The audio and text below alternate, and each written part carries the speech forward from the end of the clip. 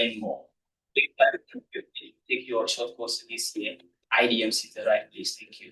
The IDMC factor. The IDMC factor. The IDMC factor.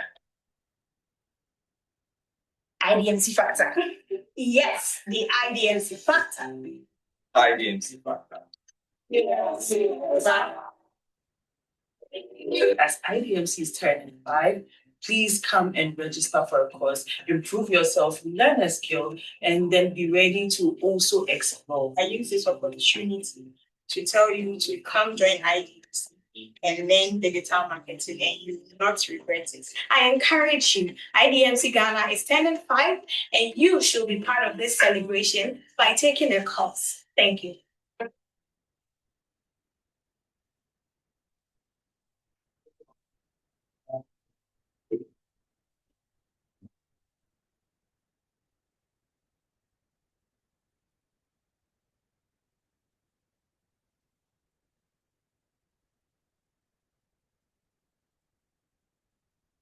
Hello there, my name is Anita Kankodebra, an alumni of IDMC, and I was privileged to take part in the Artificial Intelligence, Digital Marketing, and Strategic Communication course. And I must say the lectures were very resourceful. I was able to interact with classmates from different walks of life, and that networking for me was very, very important. Hello, my name is Tarafina Zonu, and I saw IDMC in the early part of the year, and then I decided to join their November class. And guys, you won't believe it. The attention to detail, the way the lecturers had time for us. In fact, I was asking myself, is this what we are getting for the amount we paid was too small for everything we got in the class. It was so on time, the lecturers were great. IDMC is in fact what you need. In case you are looking at making digital marketing your career, don't look anywhere. Just come to IDMC because they have you at heart, they care about you, and you also get value for your money. Hello everyone, my name is Alberta James, a proud alumni of IDMC Ghana. For years, I've been trying to learn digital marketing on my own, and trust me, it wasn't easy. But when I joined the interactive class with IDMC Ghana, I'm very proud to say that I've learned a lot. Actually, fan Noah Paddy. I'm a media person. I'm at a stage in my life where I'm stuck in a box because I've been doing the same thing over and over for the past 20 years. So I'm like, I need to upgrade. And I have to look and where IDMC came to mind. So I went to the past class. I was lucky to be among the great students and the last batch for 2025. And I studied digital marketing, and now I have this. I already got a job. And the funny thing is this: I was happy and more relaxed with the teaching. But the funny part is this: it's about to get to 6 p.m. and you get a text message and you drive in. And I'm like, wow, I have a class. So I need to pack and focus. Thank you, IDMC. I've always been fascinated about artificial intelligence and its relevance in our daily work as project managers. However, I always had my reservations because of ethical considerations and how best these tools can be used to the benefit of our companies. And that is why I chanced on IDMC Ghana, and I've been so enlightened knowing the various AI tools and how they can be utilized to optimize our communications and build a brand that stands out. Hello everyone, my name is Volatile, a proud alumnus of IDMC. Guess what IDMC will be celebrating its anniversary this year? And one of the best decisions I've made this year had to do with taking one of their courses. And I must say that IDMC is the right place to take your short courses. You have access to experienced tutors. You have access to connect with like-minded personalities. And in fact, you pay less and learn more. So if you are looking for a place to take your short course this year, IDMC is the right place. Thank you. The IDMC factor. The IDMC factor. The IDMC factor. IDMC factor. Yes, the IDMC factor. IDMC factor. Yes. As IDMC is turning 5, please come and register for a course, improve yourself, learn a skill, and then be ready to also explore. I use this opportunity to tell you to come join IDMC and learn digital marketing, and you will not regret it. I encourage you. IDMC Ghana is turning 5, and you should be part of this celebration by taking a course. Thank you.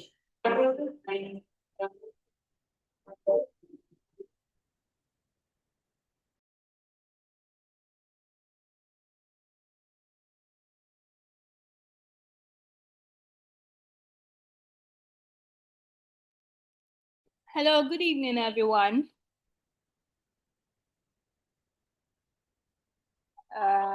Okay. Good Can evening. we all hear me now? Good evening. Good evening. Yes. Good evening. Good evening. Yes, we can hear you. Good evening to everyone. All right, good evening. Good evening So, to everyone. Good evening. welcome to IDMC Ghana, the Institute for Digital Marketing and Communication Ghana. And we welcome you to our digital dialogue series for this evening's session. My name is Theodora, and I'm the programs manager at IDMC Ghana. This evening, we have gathered here for a very special dialogue session, and we hope that it's successful with you, because we can't do it without you. But then before we start officially, I want to just hear from about just 5 people. I want a gender balance. I want to hear voices from both female and male. I want a gender balance contribution. I want to know who you are. So basically your name, where you're joining from, and if you would want to share your organization. So anyone can start, especially those who are unmuted. And especially if it's your first time getting to interact with us.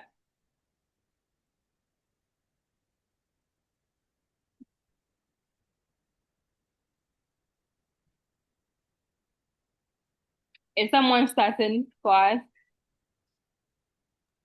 Yes, please. Good evening. Good evening, Madam Winifred. You can as well add your expectations for this evening session.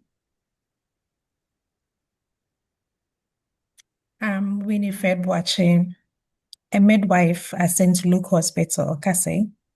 I'm joining you from Edurasachre Dumasi.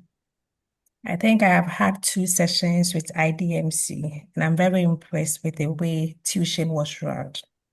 I expect to be empowered and then learn how to plan my retirement. I haven't been in the service for long, but I hope to know what it entails and then how best to plan for my retirement coming soon. That is my expectation for this evening. Thank you. All right, great. Thank you so much for sharing that with us. 4 more. Reverend Augustine, it's been a while. Hi, Theodora. Good evening and good evening to everyone. Good evening. Yes, my name is Reverend Augustine Sakul Kabo. I have taken over 5 programs with IDMC, and I'm happy to be back in this program as a former trade unionist, a general secretary of TEWU. I have very passionate interest for the topic under discussions today, and I hope to learn new perspectives and contribute to the discussions. Thank you. All right. Thank you so much, Reverend Augustine, for sharing your expectations with that. Can we hear from maybe 2 more people who are new or are interacting with us for the very first time then we move on. We are supposed to have this briefly and then we'll wrap up. Anyone?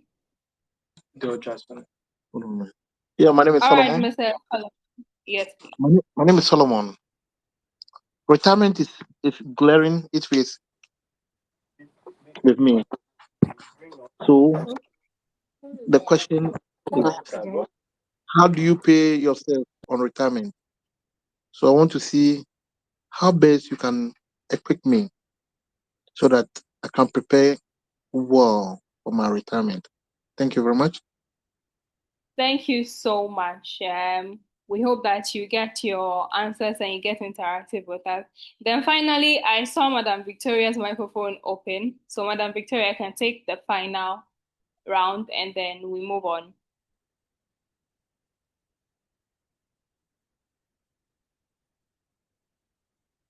Hello, Madam Victoria. Please, if you are speaking, you are muted. Or any other person could take it and then we move on.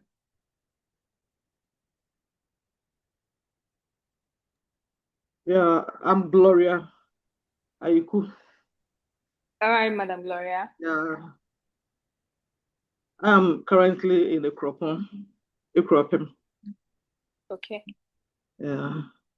And I'm also catching up. Very soon I'll be going for retirement.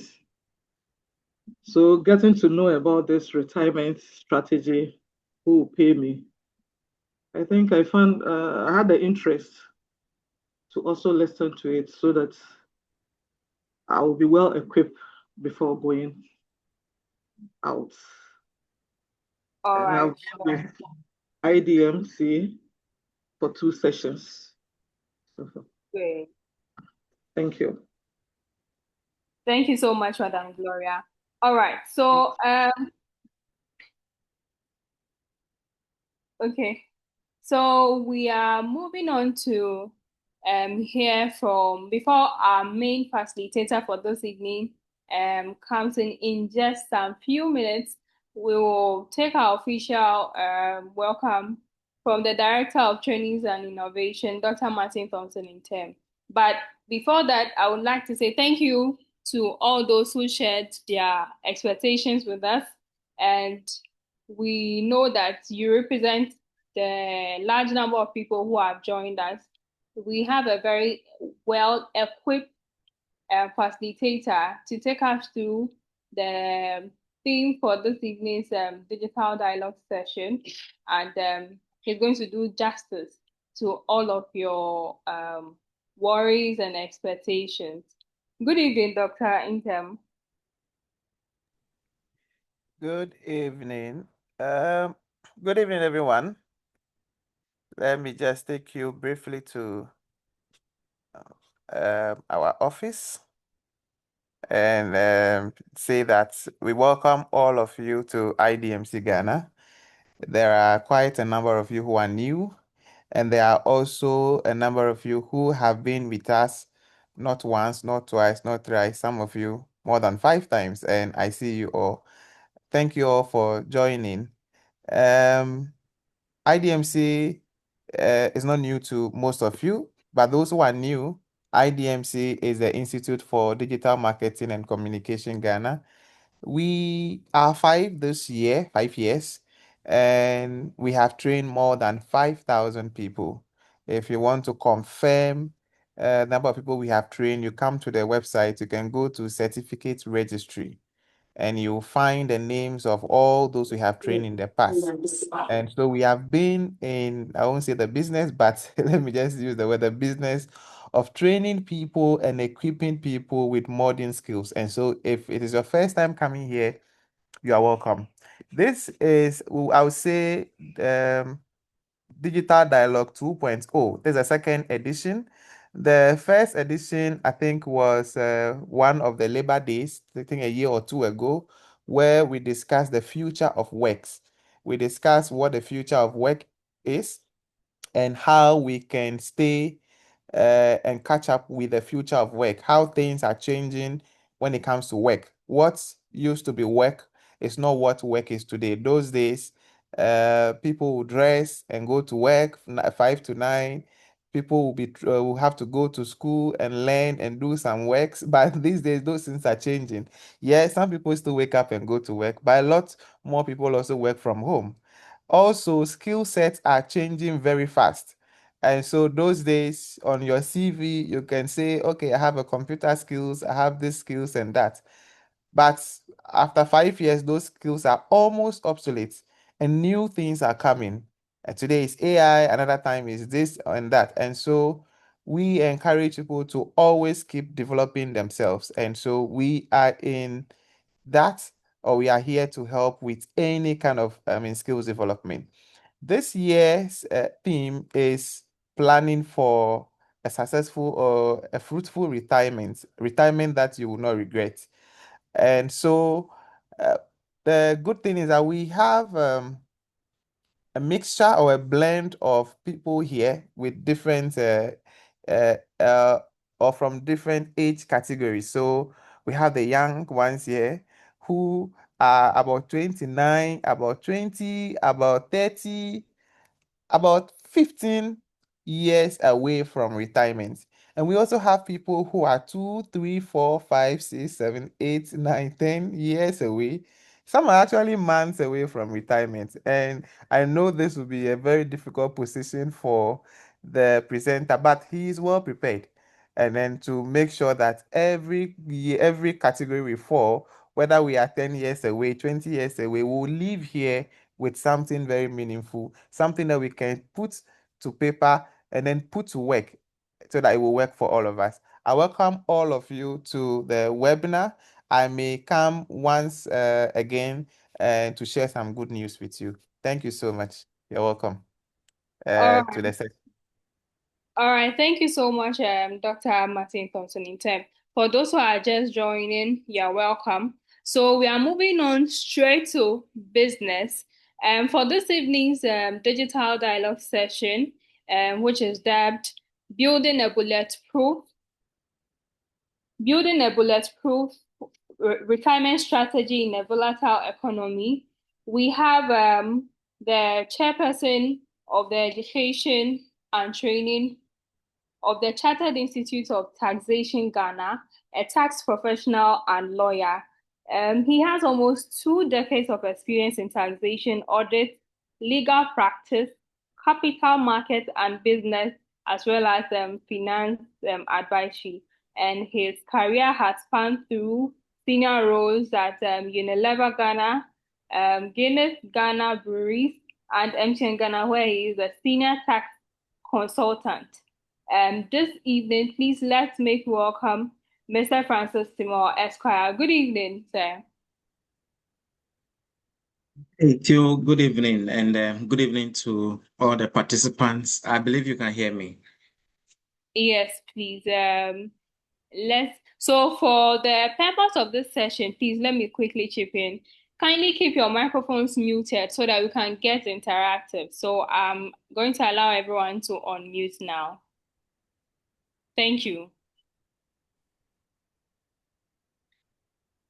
Great. So, Theo, thanks for having me. Indeed, this is my first time also at IDMC.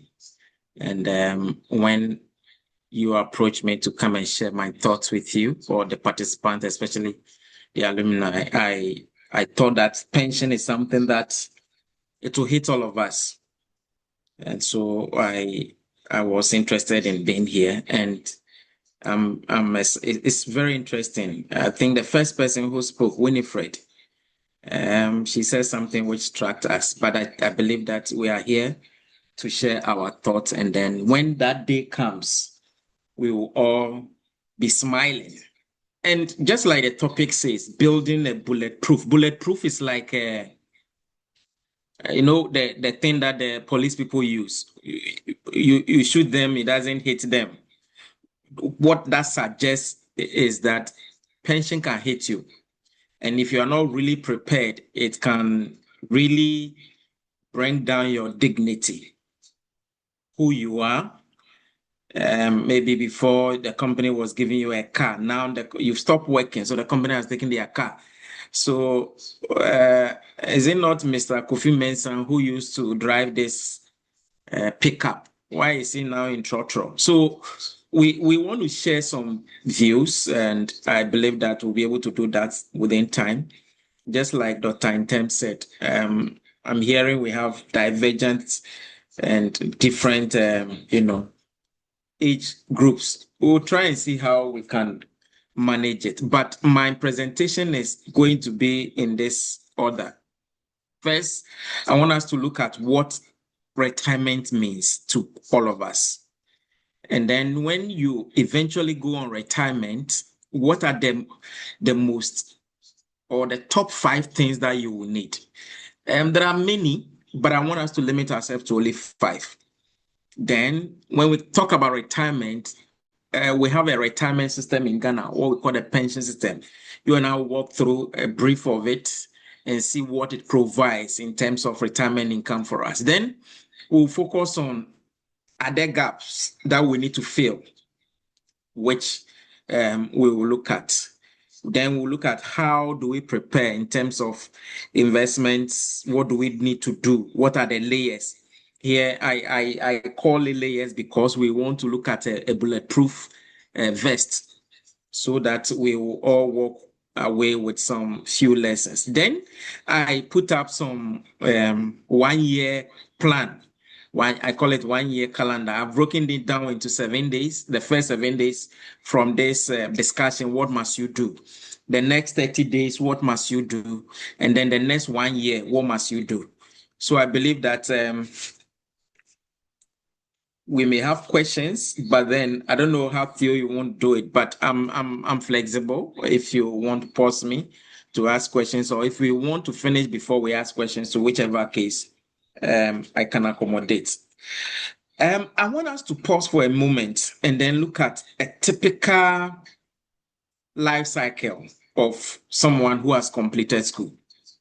If you are fortunate enough, you would, between 15 years and 25, averagely, people might have finished school.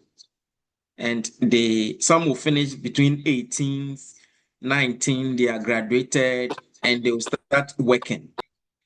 Then their peak period where they are working so hard is between 25 years and 45. Then from 45 years, generally people now see retirement. We call it the pre-retirement year. Then after 55, you're left with technically 5 years to go home. And you now have to start finalizing your plans. Then eventually that D-Day will come.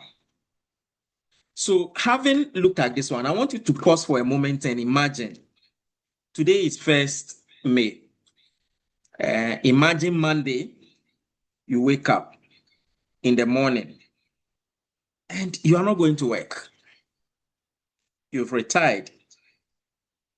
You don't need to rush, no traffic, you are home. But then another important thing is that the end of May will come and salaries will not be paid to you. You're not going to expect any salary. My question to you is, do you see that as a freedom, or from where you sit is going to be a financial nightmare? Just imagine yourself retiring on Monday. And let that question sit for a moment. And then you begin to think about it. These are realities. Christians, we pray that we live long, but eventually death will come.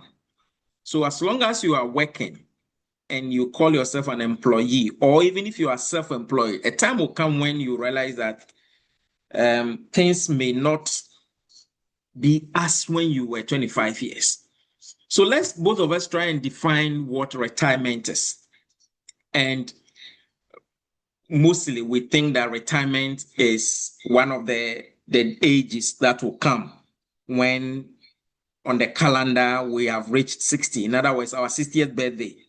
But let's push the limit a little bit and look at 3 dimensions of retirement, or 3 levels, or 3 different ways The first one that I want us to look at is the biological dimension. And here, what I mean is that there come a stage of your life where, because of advancement in age, naturally, you reduce.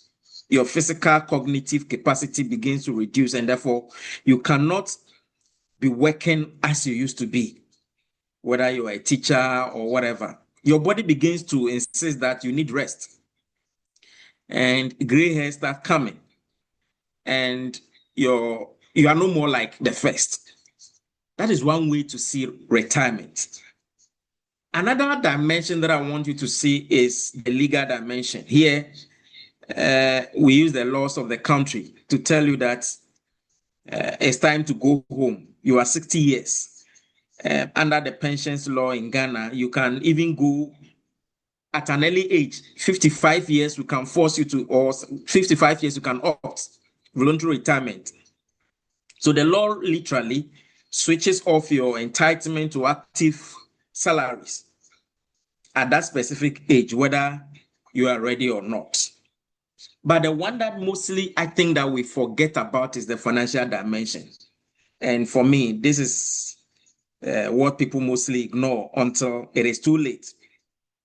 The financial dimension is the point at which your ability to generate income, that is the salaries, it stops. But then your expenses keep going up. And you have rent. If maybe you have some chronic diseases, then you see medication start piling up. Meanwhile, because you never thought about it in the early stages, you didn't save for it. And so your savings account is just some coins.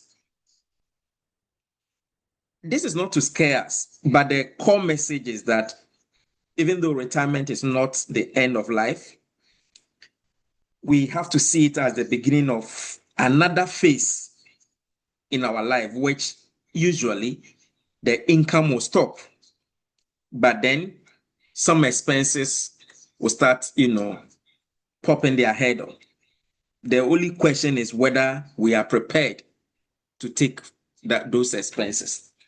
Forgive me, now maybe using a lot of infographics. So if you have some questions, like I said, you can choose any of them. Maybe I will leave that one for the moderator to decide.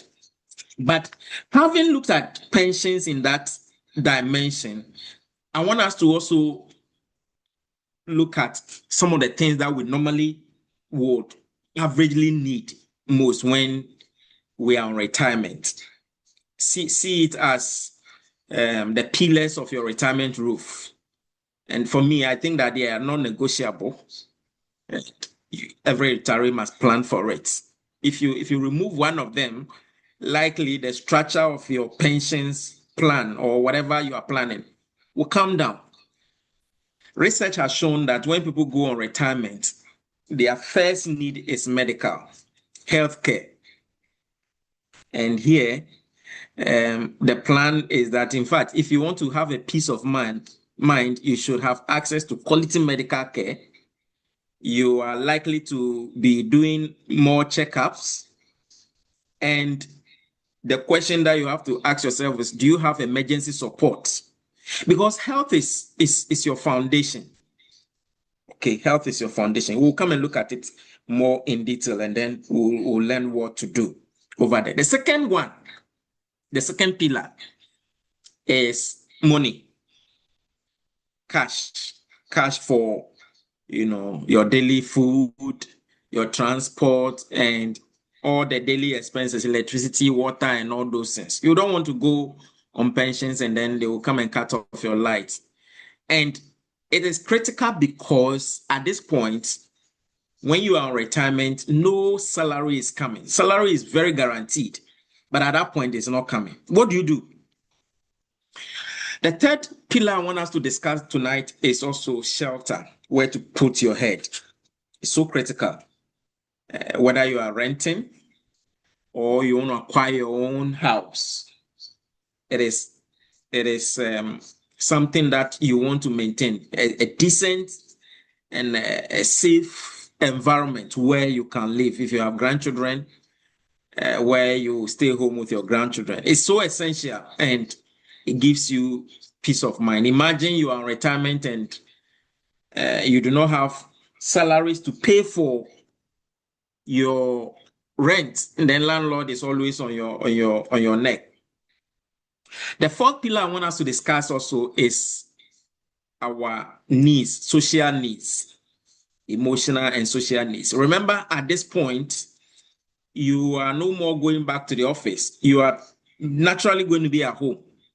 So where are your old school associations?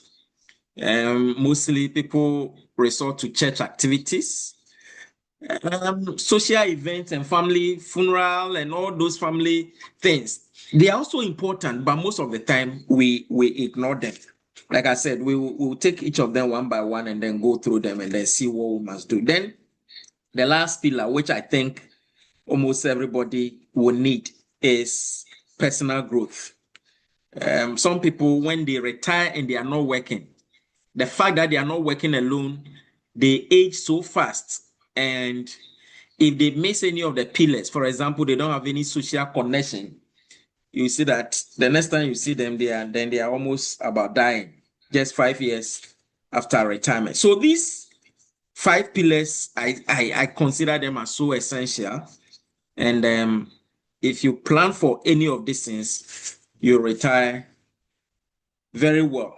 Let's talk about the health first. In fact, Ralph Emerson said that your first wealth is your first wealth is your health. And I deliberately place it number 1 because it is something that we don't predict. In fact, we don't pray for it to come. But averagely, research has shown that no matter who you are, if you retire one way or the other, you have some medical needs that you need to pay attention to. So because we don't normally predict it, we can budget for food, we can plan for accommodation and all those things. And then we underestimate the cost that sometimes comes with the aging. In some cases, we may need even home care nurses, okay, or depending on your body structure. Some people, arthritis start coming in. And at that age, it looks like your body is the high maintenance machine. And it's normal because you might have worked in your early years. You've worked hard. If you are not fortunate to, depending on your body structure, chronic diseases like hypertension and arthritis also start coming in. And the funny thing is that these are not one-off expenses. They come in almost regular intervals. Unfortunately, in Ghana, our national health insurance covers basic health care. There's now that we are hearing that the government is trying to do, the primary health care, and even that one is still primary. Normally, at the age of 60, things change a little bit, and you may not need those primary health care, or the health care you need is not primary. It looks like it's secondary or tertiary. So you just have to be careful because a single cardio treatment, or if you are diagnosed of something, it can wipe up the entire savings that you may have. So what do we then do? The first advice we normally give is that try and at least maintain the floor membership or the national health insurance. I mean, that's the minimum you can do. That's the minimum. So at least if you don't get the secondary or tertiary care, as for the primary and the national health insurance, you should be able to maintain it. But if resources, or if you're able to save enough, which we will later come and talk about, you need to also explore some private insurance, because at that time, assuming you are 40, 50, and you have a long-term, health plan, you are healthy. So no serious sickness has been diagnosed. So mostly your premiums that you pay are lower. When you are 60 or 65 and you are going to pick up some of these health insurance, the private ones, because they know that at that point sicknesses are coming, they will also charge you higher premium. So consider your profile when going for some of these health insurance. Again, if possible, try and prepare what I call the health reserve, some money available that would only deal with healthcare. Globally, research has shown that people set aside between 10 to 15% of their pension money or portfolio to healthcare. And for me, the best is to prevent it. So if you are not retired now, regular screening, because when it is detected early, it is better, especially the men. Today, there is something called prostate cancer. Please screen now. If you screen now and you are able to find the disease, you can easily treat it until it. In fact, if they see it early, the treatment becomes a bit cheaper than when you are 60 and above. So normally we recommend that you use the 50-30 rule or salary rule. So when you receive your salary, 50% should be spent on essentials, 30% for your normal obligation, and set aside at least 20% for your retirement and savings. But then, even that one, let at least 50% go into your pension plans. So I have these 3 practical saving strategies for us. I call it, the first one, I call it the automatic savings system. This is where, when you are working, it is important that on the first day of your salary, you transfer a percentage into a savings scheme or a separate account. That one, you don't touch it. And normally we recommend that treat it as if it is PAYE. It is not for you, it's government owned. And it is not negotiable. Set it aside. Then again, when you receive your salary, try and sit down and see what are the things that you are spending on which are non-essential. They are not relevant. So you do a 30-day audit or spending audit, and you'll be surprised that between 15 to 25% of the things that you spend on, especially if your salary is not enough, you realize that most of them are non-essential, and therefore it becomes a potential money that you could have invested for your retirement. And the third is what I call the pay rise or salary increment or back pay. It is good that sometimes when we receive our salary, we treat ourselves. Okay, you need to enjoy parts. But then, if you really have plans for your pension, why don't you set aside at least 50% of that increase in salary to an investment, which can even multiply for you? And most especially because you were living, you were okay before the salary rise came. Unless you cannot do away with it. But normally, when we get salary increase, that's when we also change our lifestyle. So that is on the health.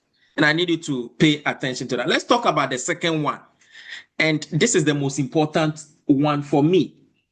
The reason being that when we are on retirement, sometimes we may have assets.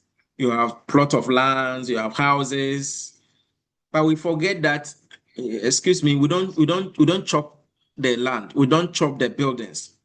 What you need at that age is what we call liquidity. And by liquidity, I'm referring to constant flow of, just give me a moment.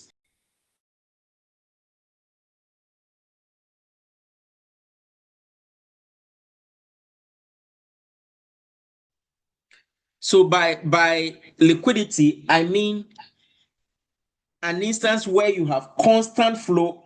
Still, please, am I online? I just want to be sure. Yes, please. Yes, you Okay. are. Right. Yes, you are. Yes, you are audible. So by liquidity, I mean, what are the means through which you can get constant cash on a monthly basis so that you don't feel the absence of the salary that used to come? And so here, you need to now start thinking of your multiple streams of income. Later, I'll walk you through the pensions, especially the Senate. And you realize that when Senate start paying you salary, If you're not careful, it will be like, in fact, the maximum you can get could be about 50% of the salaries you were earning before. So imagine all of a sudden your salary has been cut by 50%. That's going to be troublesome for you. And if your kids are still in school or you are still going to pay school fees, then that is also another burden. So normally, at this, the second need is making sure that you have liquidity, cash for daily bread and living expenses.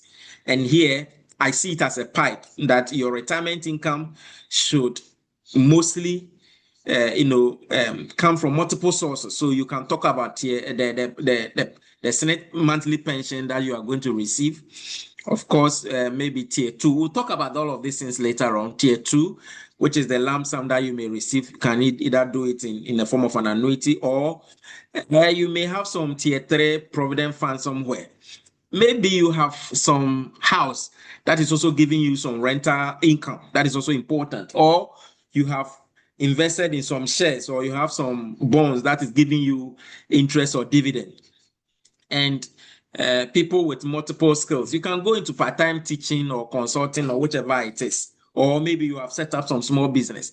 But whatever it is, you must have some multiple income stream that will come and cushion you to be able to take care of the daily bread and then the expenses that may come at that level of your life.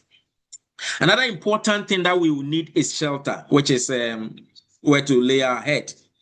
Okay, and here, whether you are renting or not, if you are renting, then it puts a little pressure on you. Take, for example, 2 retirees in this my image. One of them owns his house, the other is renting. So he pays rental of 1,800. Trust me, 1,800 cedis is like a chamber and hall in Accra.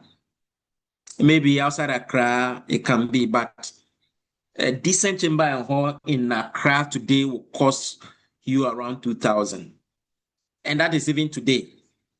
I can imagine in 5 years' time to come. So if someone is on a monthly SNET payment of 4,500 and you are renting, already 1,800 is gone. So your available income becomes 2,700. You realize that there's going to be some pressure on you.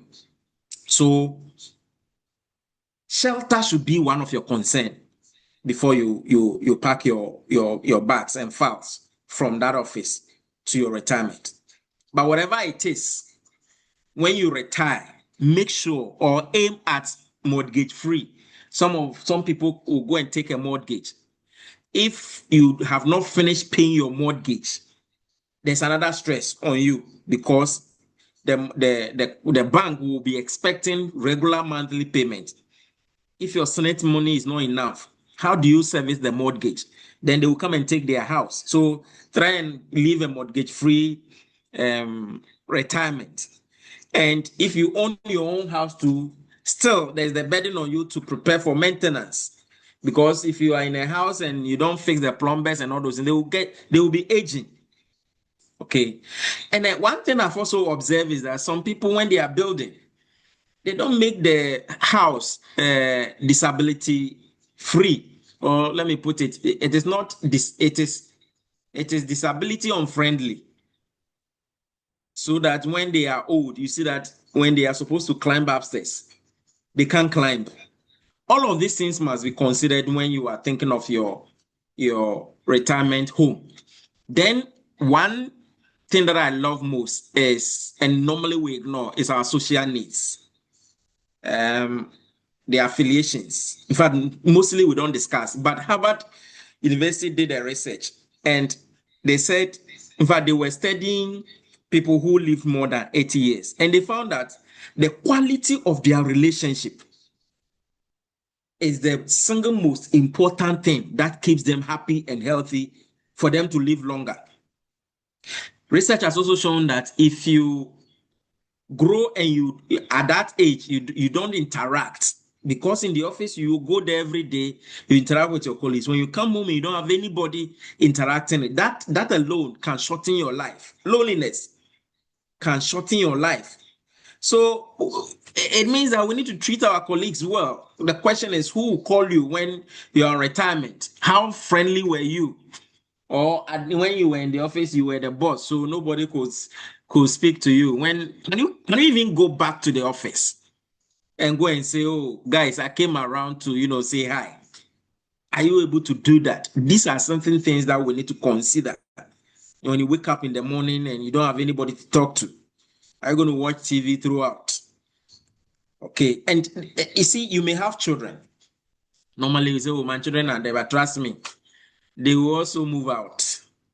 And they will go and marry their husbands and wives, and then they also start their own life. So family support cannot be guaranteed. Okay, social isolation can really, cause your health to deteriorate. So how do you build belongingness in retirement? These are things that you have to do now. Are you now going to start some old school associations? Are you going to join some church unions or church organizations? All of these things will keep your mental state very healthy. And above all, for me, I always ask, when people who have left the company, when they come back and you see them, the way we hug them, the way we interact with them, it tells you the caliber or the personality of the person when the person was alive. Or, sorry, when the person was still working in the company. So all these things needs to be considered, be friendly. Then the most important thing is that you must build a family-centric financial growth. Okay, the family and the social needs that we spoke about. It isn't free like that. You are supposed to support some of the family members as well. Imagine you were the branch manager, and before, when there's an issue in the family, you are able to support. If you go on retirement, are you going to be able to do the same? Or this time you say that, "Oh, maybe I don't have money anymore. I'm on retirement." And some people also begin to think, what am I leaving for my children? Okay, so what legacy are you putting together? All of these things are considerations that you must consider when you are approaching or you are thinking of your retirement. I won't say you are approaching, because retirement starts when we start working. And finally, the most important for me is after you finish working for somebody, are you able to continue either working for yourself? How do you keep your mind working? Okay, so do you find a very purposeful retirement income by either working for yourself? And I'm happy Digital Institute is there, teaching you so many digital skills. Okay, so you can build online courses if you are specialized, if you are specialist in some area of your choice. Today, YouTube channels are all over. Can you start writing? We've seen some people who start writing in the graphic. Can you create digital platforms? If you are also a specialized person, like maybe a lawyer or an accountant, will you be able to continue working? What we normally recommend is that you must avoid businesses which are high risk and requires a lot of money, high capital intensive business. Some people, they make the mistake of investing their retirement in business. You have retired. That's when you're going to put your retirement in a shop. Rabbi, if it doesn't work, if you would, start before you go on retirement. So working or continuous working can even keep your life, or it can extend your life. So, ladies and gentlemen, these 5 things I think we all need. And for that matter, we need to start planning about them. We need to start thinking about them. It comes down to money. So I want us to talk about the pension system that we have in Ghana. It's so important because normally when we talk of retirement, that's the first thing that comes in mind. What is the pension system in Ghana? And I'll walk you through a little historic background from 1946. Because if you study the pension system that we have in Ghana, It reflects how Ghana is gradually moving from the narrow colonial era scheme where selected public officers used to benefit from pension to a more national, more modern approach. So now we can say we are adopting from 2010, we have adopted a modern approach to the pension scheme. Let's start from the pre-independence era. And before independence, pension protection in the then Gold Coast was largely limited to a few former public sector workers. The main objective was not to, protect, or today we have universal social protection. That's why we have social security and national insurance trust. So it used to provide some security. Okay. I'm getting some feedback from one of Ahmed, kindly mute him. Great. So like I was saying, today's pension provides social security. We don't want our aged to be, insecure. Then they'll be sitting by the roadside begging. So it is more social security oriented. But the early times, the pensions were not like that. It was just for few civil servants. So we can say one of the early pension arrangement was the pension ordinance, which was in 1946.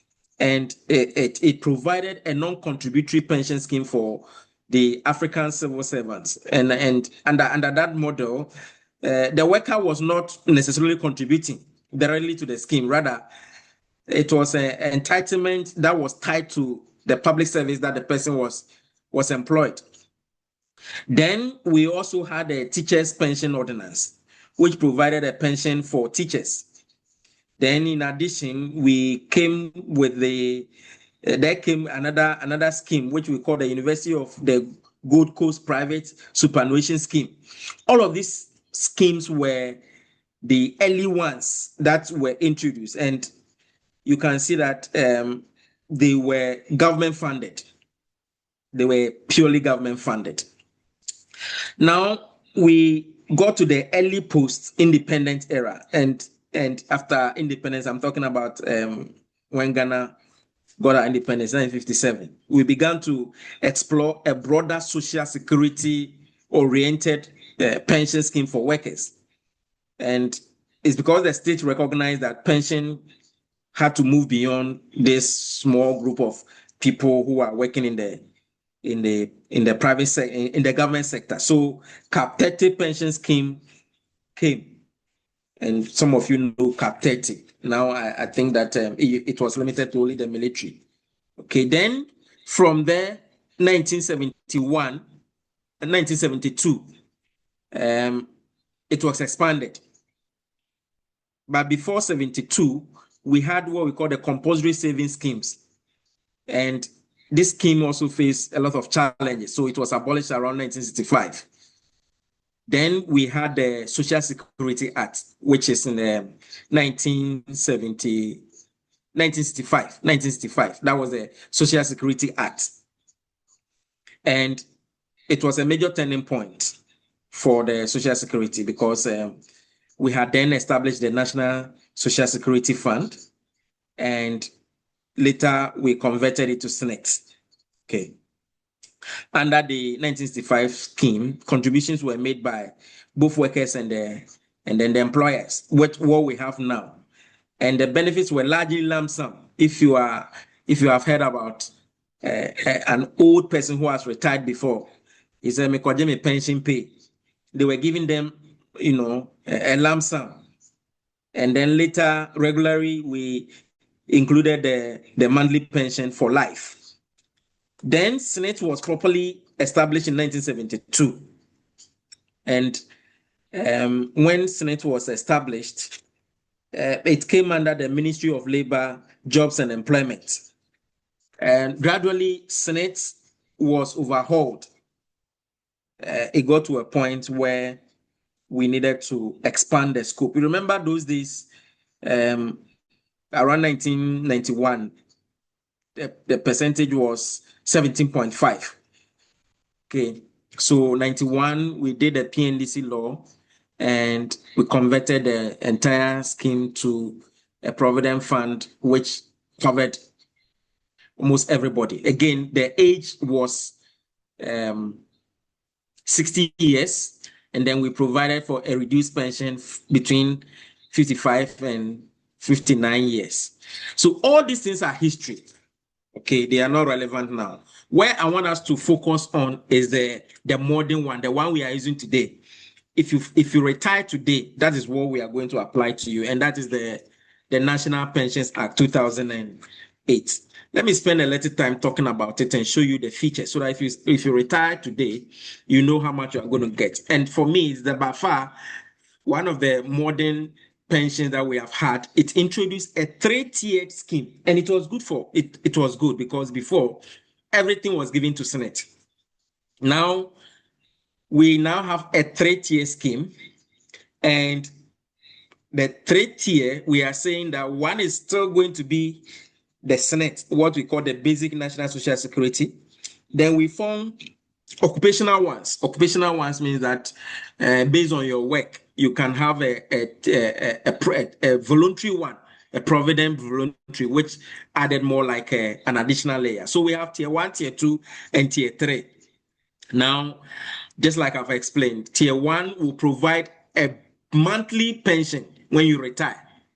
And we'll come and look at how much your salary that you receive today can give you your monthly pay. Okay. Tier 2 is also mandatory, but then it is privately managed. Remember before, the entire 17.5% was given to Senate. Then a portion will be paid to you as lump sum.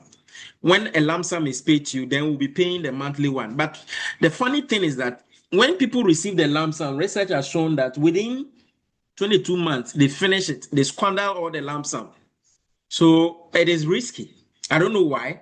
Maybe those who know how to drink, they will always be at the beer bar buying beer for their colleagues because they have received lump sum, huge amount of money. Then tier 3, which I mostly encourage, is a provident fund, is voluntary. Unfortunately, most employers do not contribute voluntary for their employees. We'll talk more about this thing.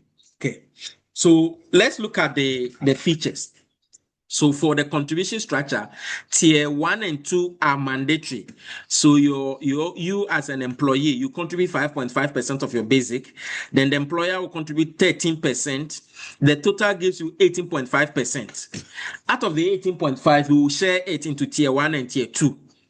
Tier 1 will go to Senate, which is the one that they will pay you when you retire, the monthly one. Then tier 2 goes to a private company, a private entity. So out of the 13.5 that we give to Senate, 2.5 will go to support national health insurance scheme, whether you fall sick or not. We are saying that 2.5% must go to NHIL because it is going to support the national health care system. So everybody. Then the remaining one is 11%. That is what Senate is going to, manage, invest, and then they will be paying you the monthly pension pay. So tier 1 is mandatory. It is managed by Senate, and its purpose is to provide your monthly income. At least we are not going to. It is not supposed to replace your basic salary, but something to, provide some security for you. Okay. That is the first, that's the tier 1.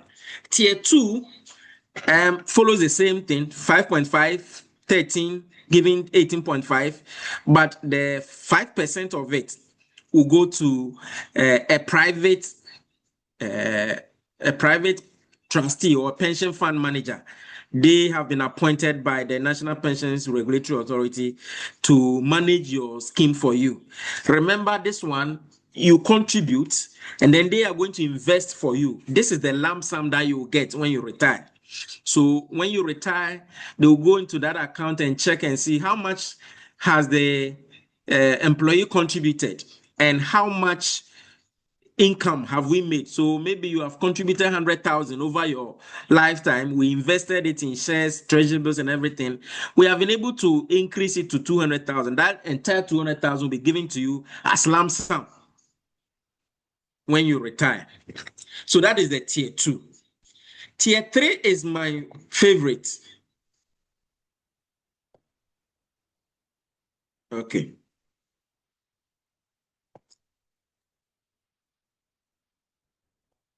I was just checking the questions in the page, but it looks like we can proceed. So tier 3 is my favorite. Tier 3 is voluntary. Like I said, unfortunately, many employers do not contribute or they don't have tier 3 provident fund scheme. Okay, tier 3 is voluntary, and you contribute, and then you give it to also a private fund manager and a trustee to manage it for you. The good thing is that it is open to everybody.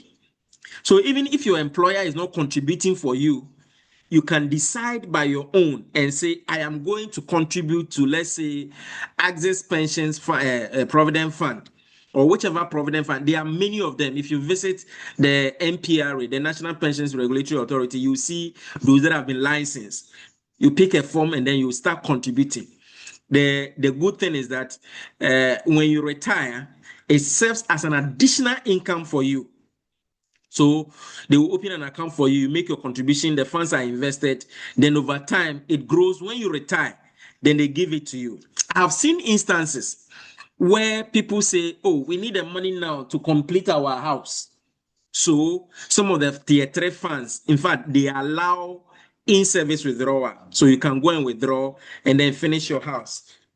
Probably you don't want to retire before you go and finish your project. So some also allow. There are some tax implications that we will look at. The good thing is that there are tax advantages for all these 3 schemes that I have mentioned. So for the Senate one, your 5.5%, we don't tax you on it. That's why we deduct it before calculating your tax. And Senate itself also is a tax exempt. Senate doesn't pay tax on the income that or the contribution that you make to them, and also the investment income that they make. Senate doesn't pay tax on that. So your employer contribution also, they get a deduction for it. When it comes to tier 2, is the same as the tier 1, because the two of them move together. The 5.5 and then the 13% move together, and that one too, there's no tax on it. Tier 3 provides also another important tax-free exemption, but there's a catch. Now, because the government wants you to keep saving, the government is saying that after you have done tier 1 and tier 2, which are mandatory, every employer is supposed to do. And recently I've seen NPRA arresting some employers who fail to pay, especially tier 2, for their employees. What the government is saying is that if both of you can contribute additional 16.5%. So let's assume that my employer is doing 10%, then me too, I'm doing 6.5%. This is 16.5%. A maximum of 16.5% will also attract a tax-free. This 16.5%, you can do it alone if your employer is not doing it for you. So you can contribute 16.5% of your basic salary, and then you not pay tax on it. In other words, your tax will come down.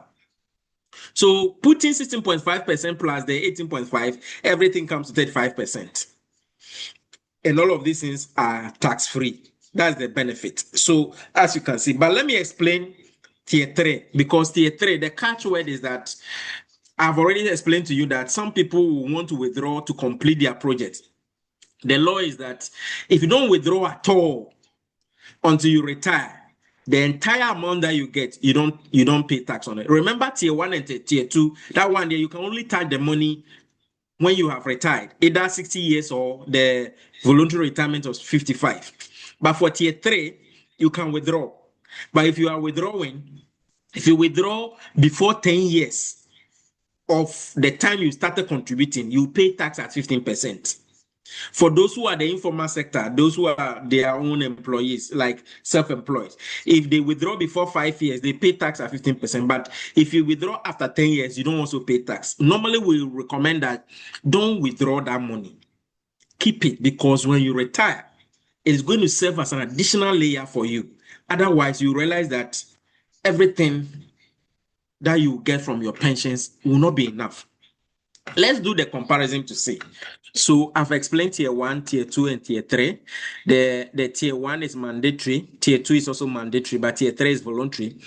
Tier 1 and 2 are defined. Tier 1 is a defined benefit. Defined benefit means that your contribution that you bring, we will invest it. How much you pay does not depend on how much we make. In other words, if Senate should make losses all these years, you are still entitled to your monthly pension. But for defined contribution, when we collect the money, we are going to invest it. The amount you will get depends on how much investment returns we make plus your contribution. So the higher your contribution, and the better the performance of the investment, the larger the amount you will get. It applies to tier 3 as well. Now, there are age limits. Senate will not, in fact, Senate says that the minimum contribution that you must make in order to benefit is 15 years.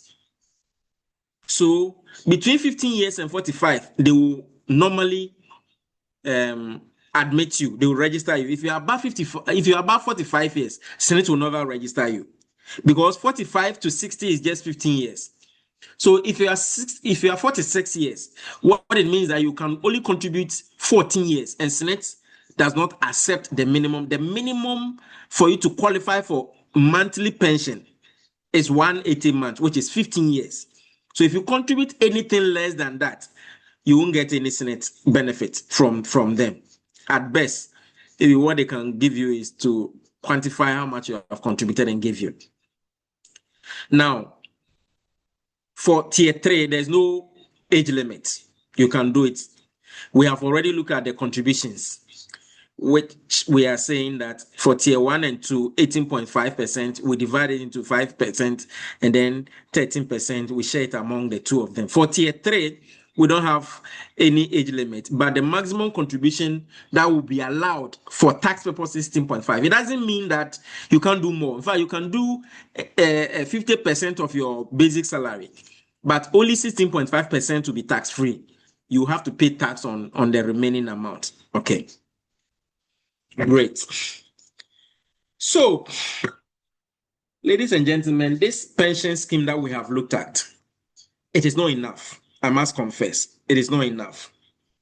Senate is saying that if you contribute the minimum number of months, which is the 180 months, the maximum pension right you get is 37.5% of your best 3 years. And I will explain why. In other words, if your salary was 100,000, Senate will pay you 37,500. That's risky. Let's take this scenario for example. So we have Kwesi Mensah, who is 55 years old. He wants to retire today. We want to calculate his pension pay, what Senate will give him. So Kwesi Mensah is 55 years old. He's supposed to retire at 60 years, but he wants to go home now. Kwesi Mensah started contributing at age 25. And here, there are no gaps. And most of us, we don't care about our pension statement. Remember, Senate will pay you based on the number of contributions. So if you change job, if you go to some employment, and the employer is not paying your Senate, it is reducing the number of years that you are entitled. If you contribute consistently for 15 years, that will give you 180 months. If you contribute consistently for 30 years, that will be around 360 months. Consistently for 35 years, you get 420 months. So each month which is missing is going against your pension right. Let's take, for example, Kwesi Mensah was about to retire, and Senate will normally pay you based on your best 3 years of your basic salary. So Kwesi Mensah his best year, maybe he got employment in, let's say, Newmont. The whole year was 72,000. Then year 2 was 78,000. Year 3 was 84,000. These are his best 3 years. So if I take his best 3 years, the 84,000 divided by 12, basic salary means that he was getting 7,000 cedis a month. Let's calculate Kwesi Mensah's pensions pay at the end of the month and tell me whether it is enough. So he was born in 1971. He retiring now. So we put in his best 3 years. 72, 80, 78, and 84. So the average of the best 3 years is 78,000. Based on that, because he's going on a reduced pension, his annual pension is going to be 26,560. Can you imagine? From 84,000 on basic salary, what he's getting annually is 26,000, which means that monthly he's going to get 2,208 cedis as pension pay. Someone who was earning a basic salary of 7,000. And even this one, he has contributed for how many years? 30 years. And therefore, his pension right that he has accrued is 54%. So that tells you that Kwesi Mensah's income, granted he doesn't even receive any allowances, his income has dropped. He's going to get only 2,200. This is Kwesi Mensah. He's a consistent public servant. Let's look at the mid-career person, Araba. Araba is 60 years now, but she didn't work most of her lifetime in Ghana. She worked somewhere. So by the time she came to Ghana, she was close to 44, 45. Because she has not crossed the 45 years, Senate still admitted her. And she could contribute to only 15 years. That is 180 months. Her basic salary, 120,000, 135, and 150. So her best 3 years is 135. Araba, if you look at her last working year, which is 150,000, means that her basic salary before retirement was 12,500. Granted, she doesn't receive any allowances, which means Araba was making 12,500. But Smith says that she has contributed only 180 months, and therefore her pension rights is 37.5. So her monthly pension, which she will go to bank to collect, is 4,218. Still, you ask yourself, is this enough? Let's look at the person who has contributed the most, and this guy is a top manager. His best 3 years, 504. 504 means that he's earning 49,000 cedis a month. I doubt if any person in the public service works for 49,000. I don't know. Maybe some people may get.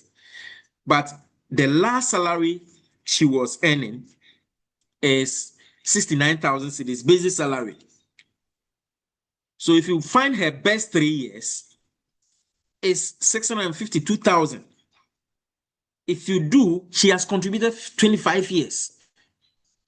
Her pension rights is 48.75.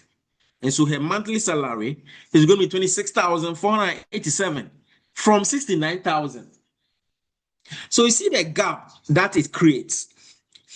So the hard truth is most Ghanaians will retire and the salary they get is far, far, far lower than what they were earning before. We call it the income replacement ratio. And that's the standard we use to measure. So we're saying that your income replacement ratio is your monthly pension income divided by the monthly pre-retirement salary times 100. Globally, we expect this one to be around 67%. What that means is that every 100 cedis that you were earning, at least 67 cedis should come to you when you retire. But most people, like here, this guy started very late. So his pension right is 37.5 from Senate. If you don't add on to the other ones, in other words, if you don't do tier 2, tier 3, it means that you are going home with a reduced income. That's why we expect that your tier 2 should come and add up. And if you do tier 2 consistently for 30 years, you should get around 20 to 25% added to what Senate has given you. Unfortunately, tier 2 will be paid lump sum. And research has shown that when people receive lump sum, within 22 months, they finish the money, which means that it's a problem. Your best bet is to add on to the tier 3. And tier 3, if you do well and the fund is performing very well, you get good fund managers. You get between 20 to 55% added on. So everything put together, if you are a consistent pension planner and you are so careful such that there are no gaps in your Senate statement, there are no gaps, your employer gives you tier 2 and your employer gives you tier 3, maximum replacement that you can have is around 79%, which means that you have even done well. Okay, so how do we now build a bulletproof retirement, looking at the original pensions that we have, suggesting that it may not even be enough? If you rely only on Senate, it's not going to be enough. My first recommendation is that still focus on tier 1 and tier 2. They are your foundation. Don't ignore them. Ensure that your employer is paying your Senate. Please verify your Senate statement. Make sure there are no gaps, because every month there is a gap. It reduces the amount you are going to get. We call the pension right. If you can, when it is about 3 years to retire, because Senate will pay you using your best 3 years, please make sure that your salary at that level is good. Senate has what we call the maximum pensionable pay. Today, they are saying that people were abusing the best 3 years. So they themselves have come up with a maximum amount. You cannot do more than 69,000 basic salary. If it is more, they will not take it. The next one is that make sure that you at least attain the minimum contribution, 180 months. That's 15 years. If you are a student and you have used part of your loan, you have used part of your Senate contribution to pay student loan, please remember it has reduced it. So make sure that you don't have gaps. As for tier 2, please go and look for your trustee and request for your statement. Ask them how they are doing with the pension funds. Are they doing well or they are not doing well? If your employer is not paying for tier 2, please go for them, because this is your foundation layer for your bulletproof vest. Layer 2, which I call the game changer, is your tier 3. Unfortunately, most employers do not contribute. If they don't contribute for tier 3, please find a way of doing it by yourself. Go and contribute yourself. Number 1 is that deductible. If you are able to invest in a very good pension scheme, investment scheme, your growth rate will be very good. It is flexible and you can move it anytime you are moving around. Unless maybe you want to collect the money and go and complete your project, it is better to keep this money. But if you collect it to go and chop, that one is a big problem for you when you retire, because Senate alone will not cover your expenses. The third layer is what I call the fixed income investment. Okay, I think time is running. The third layer is what I call the fixed income investment. And think about treasury bills, look at government bonds, look at corporate bonds or fixed deposits. This will form another layer for you if you really want to build an investment, a bulletproof retirement. They will provide some stability and predicted cash flow. For example, bonds. Government can be paying you every 6 months. Treasury bills, you can do 3 months.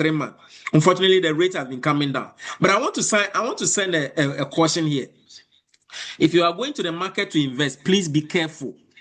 There are fraudsters in there. Men's Gold has taught us a lesson. Men's Gold promised 10% monthly. So please, these are the common signs. If the return that you are getting is so unusual, please be careful. For example, they are giving you 15% and you don't find any risk. They don't tell you any risk at all. that you get it. No, it's risky. You may lose everything. And the person who is borrowing the money, the person who is taking your money, the person who is asking you to come and invest, if he's unable to explain how he's generating his returns, if he cannot explain it to you, run away. And sometimes there are pressure to recruit. Oh, go and bring another person, Go and do this one. Tell your friends. It is usually a pyramid structure. And sometimes test the waters. If you give them 10,000 today, do it 3 months.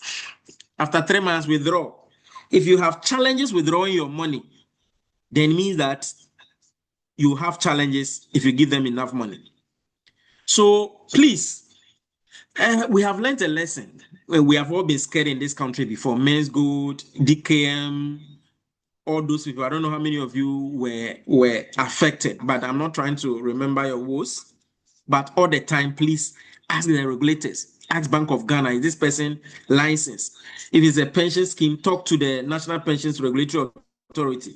If it's some of this investment scheme, talk to the Securities and Exchange Commission. Ask questions.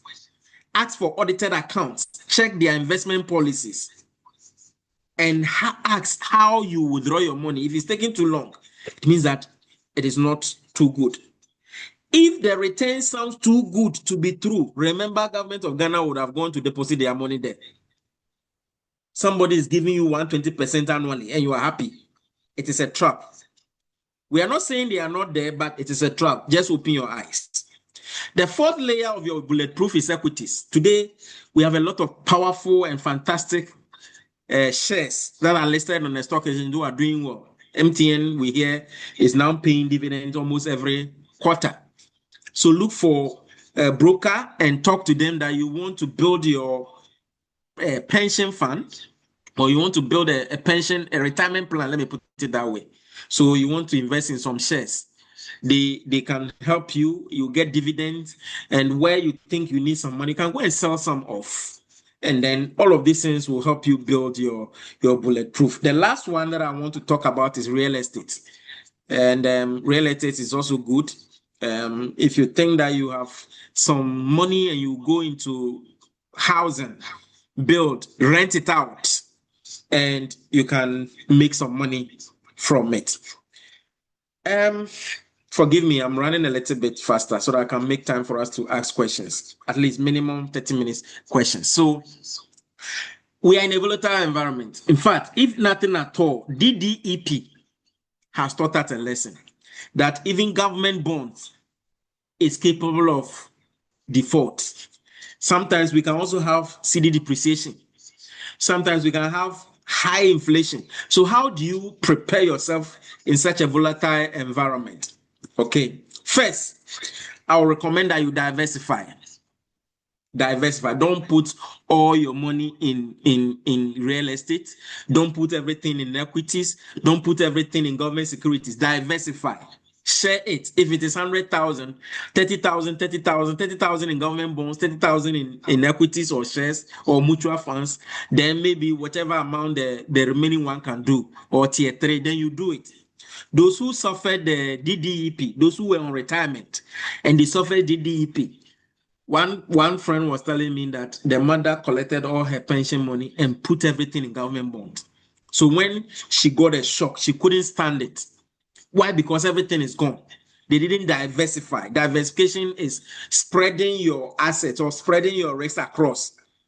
So if you're able to spread them, if this person I'm talking about had put some money in pension fund, or had put some money in equities on the stock exchange, or had put some part in government bonds, you should have only suffered maybe 30% of it in government bond. Then the remaining 66% or 60% would have been in another investment portfolio that would have, protected them. We hear a lot of people died. We don't want it to happen to you. Another way to prepare yourself from volatility is looking for inflation-proof investments to invest your retirement money. One of them is real assets, like what do you call it? We have some investments which are invested in real estate, like HFC real estate investment. This You know, when you have when things are increasing, when inflation is increasing, it means that, for example, you went and bought your medicine 500 yesterday. The next day you go and they say 600. It means that your value is depleted. The value of your money is depleting. So how do you invest so that you don't lose based on inflation? So invest in assets that will help you protect against inflation, and one of them is real estate, because the more inflation is going up, you see their prices are also going up. So look at that one. Mostly it's advisable to, in a very high inflation environment, invest in short term and rollover rather than locking it up in a fixed fixed term instrument. DDEP has taught us a lesson. I've already spoken about it. Okay, and so when you are investing, please have DDEP as one of the things at the back of your mind. We are not saying avoid government bonds, but you must invest strategically. Don't go and put everything there. So, for the age group here, please, if you are in your 20s and 30s, please enroll on Senate and make sure that you contribute to Tier 2 and Tier 3. You need to build emergency funds, and your focus should be at least 60 to 70% of your investment should be in equities. And then, because at this level, you don't need money too much towards retirement. If you are in your 40s, try and accelerate your Tier 3 contribution. Look for land, real estate, and then please pay attention to your portfolio. Okay, at least it should be 50-50. 50 fixed income, 50 equity. Now, if you are approaching 50s, please maximize your best 3 years. If you are not up to the Senate pensionable salary, 69,000 per month, find a way to negotiate and see, especially if you are going to a new employment. Negotiate up, try and do away with debt, finish your housing, and you must be conservative. 30% equities, 70% fixed income, because fixed income will pay you constant interest. That will take care of what you may need. Then, if you are 5 years to retirement, get your pension statement, and you must start looking for where there is a gap in your income. You need to prepare yourself how you are going to replace your salary when you retire. Okay, and here we expect that more of your money should go into fixed income. Then when you retire, go for your pension from Tier 2, withdraw. You can either withdraw or you convert into annuity. Annuity is where they'll be paying you regular intervals. I'm not sure whether we have annuities in Ghana, but at this level, your focus is capital preservation. So let's look at the practical step by step. So everybody here, if you're really considering your pensions, today, that's tomorrow, that's 2nd May, write down your current SNIT number. I'm saying write it down because most people, you don't even know your SNIT number. Because we don't know, we know them. I've seen a lot of my colleagues at the workplace, you ask them SNIT number, they don't check their statements. So please look for your SNIT number and calculate how much you will get. You can log on to the SNIT portal and then you can calculate your pensionable rights. Okay. Then day 2, look for your Tier 2 trustees. Call them and ask for your statements. Okay. Day 3, if you don't have Tier 3, maybe your employer is not. If you have, please just go and request for your statement. But if your employer does not qualify for Tier 3, you can do it yourself. Pick a form from any of the licensed trustees and enroll. Now, day 5, I jumped day 4 because I'm expecting that day 3 will take you through day 4. Then day 5, I want you to do a 30-day spending audit. Categorize your expenses. Which of them do you think you can put it in a pension scheme that will give you money? Okay. Day 7, start thinking of additional investment towards your pension. So you can either set up a standing order that every month when my salary comes, take 20 cedis or 40 cedis or 50 cedis to this investment account for me. Now, I also have a 30 days action plan for you. So within the next 30 days, I'm expecting that you complete your tier 3 enrollment and make your first contribution. It doesn't matter how much it is. Then at least try and purchase some treasury bill. The rate is low today, but at least if you can do 2,000, 5,000, 20,000, do it and see. At best, update your pension nominations. We call it the beneficiary nomination on all your pension accounts. If you don't have a will, draft one. As a lawyer, I've seen instances where people pass away and getting money to take care of the children before the funeral or even get letter of administration is difficult. As we speak, I've been struggling to get a judge to just grant letter of administration for a colleague of mine who passed away almost 1 year ago.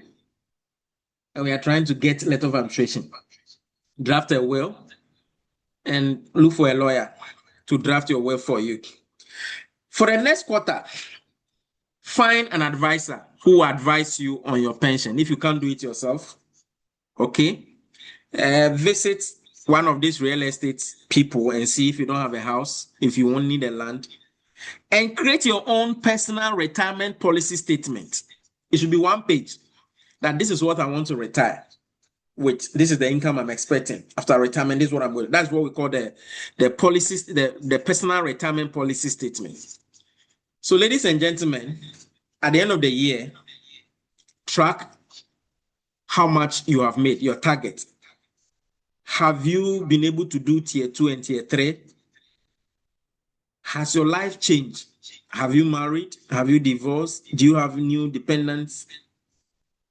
Have you done your will and everything in place towards retirement? I believe that if you do this, everything will be fine.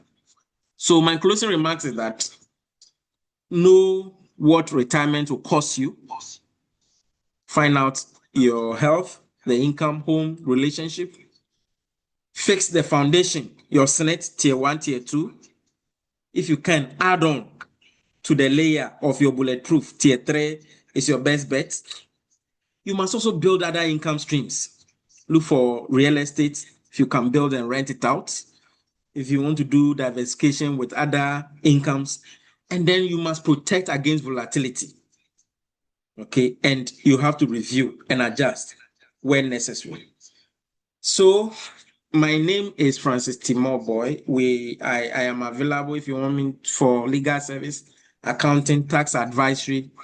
And we have some partners we also grant loans. In fact, I will only introduce you to them. If you need some short-term loan, they will help you. Thank you very much, Theo. And I believe that for the sake of time, we can allow for about 30 minutes questions. Yes, thank you so much, Mr. Timore. That was very, very, very insightful. Please, it's question time. But then we received some questions in the chat box. So if you would allow, I'll read them out. You respond to them. Then we move on to those who want to speak. Please. These questions came in very early during your presentation. So 2 people are asking why 2.5% should be contributed to the national health because they are being taxed on their salaries every month. And then the other is also saying that they pay mandatory taxes on purchased goods and services. So, Theo, it is by law. Okay. The law is that national insurance, no, we call it, national insurance. How do they call it? No, national National NHIL. health insurance. National health insurance, correct. National health insurance must be funded, and you and I know that it's a national insurance scheme. Yeah. How do we get the money from? So today, if you go and buy any goods outside, 2.5% you pay. You buy bottled water, you pay 2.5%. You go and buy shawarma, you pay 2.5%. That is not enough.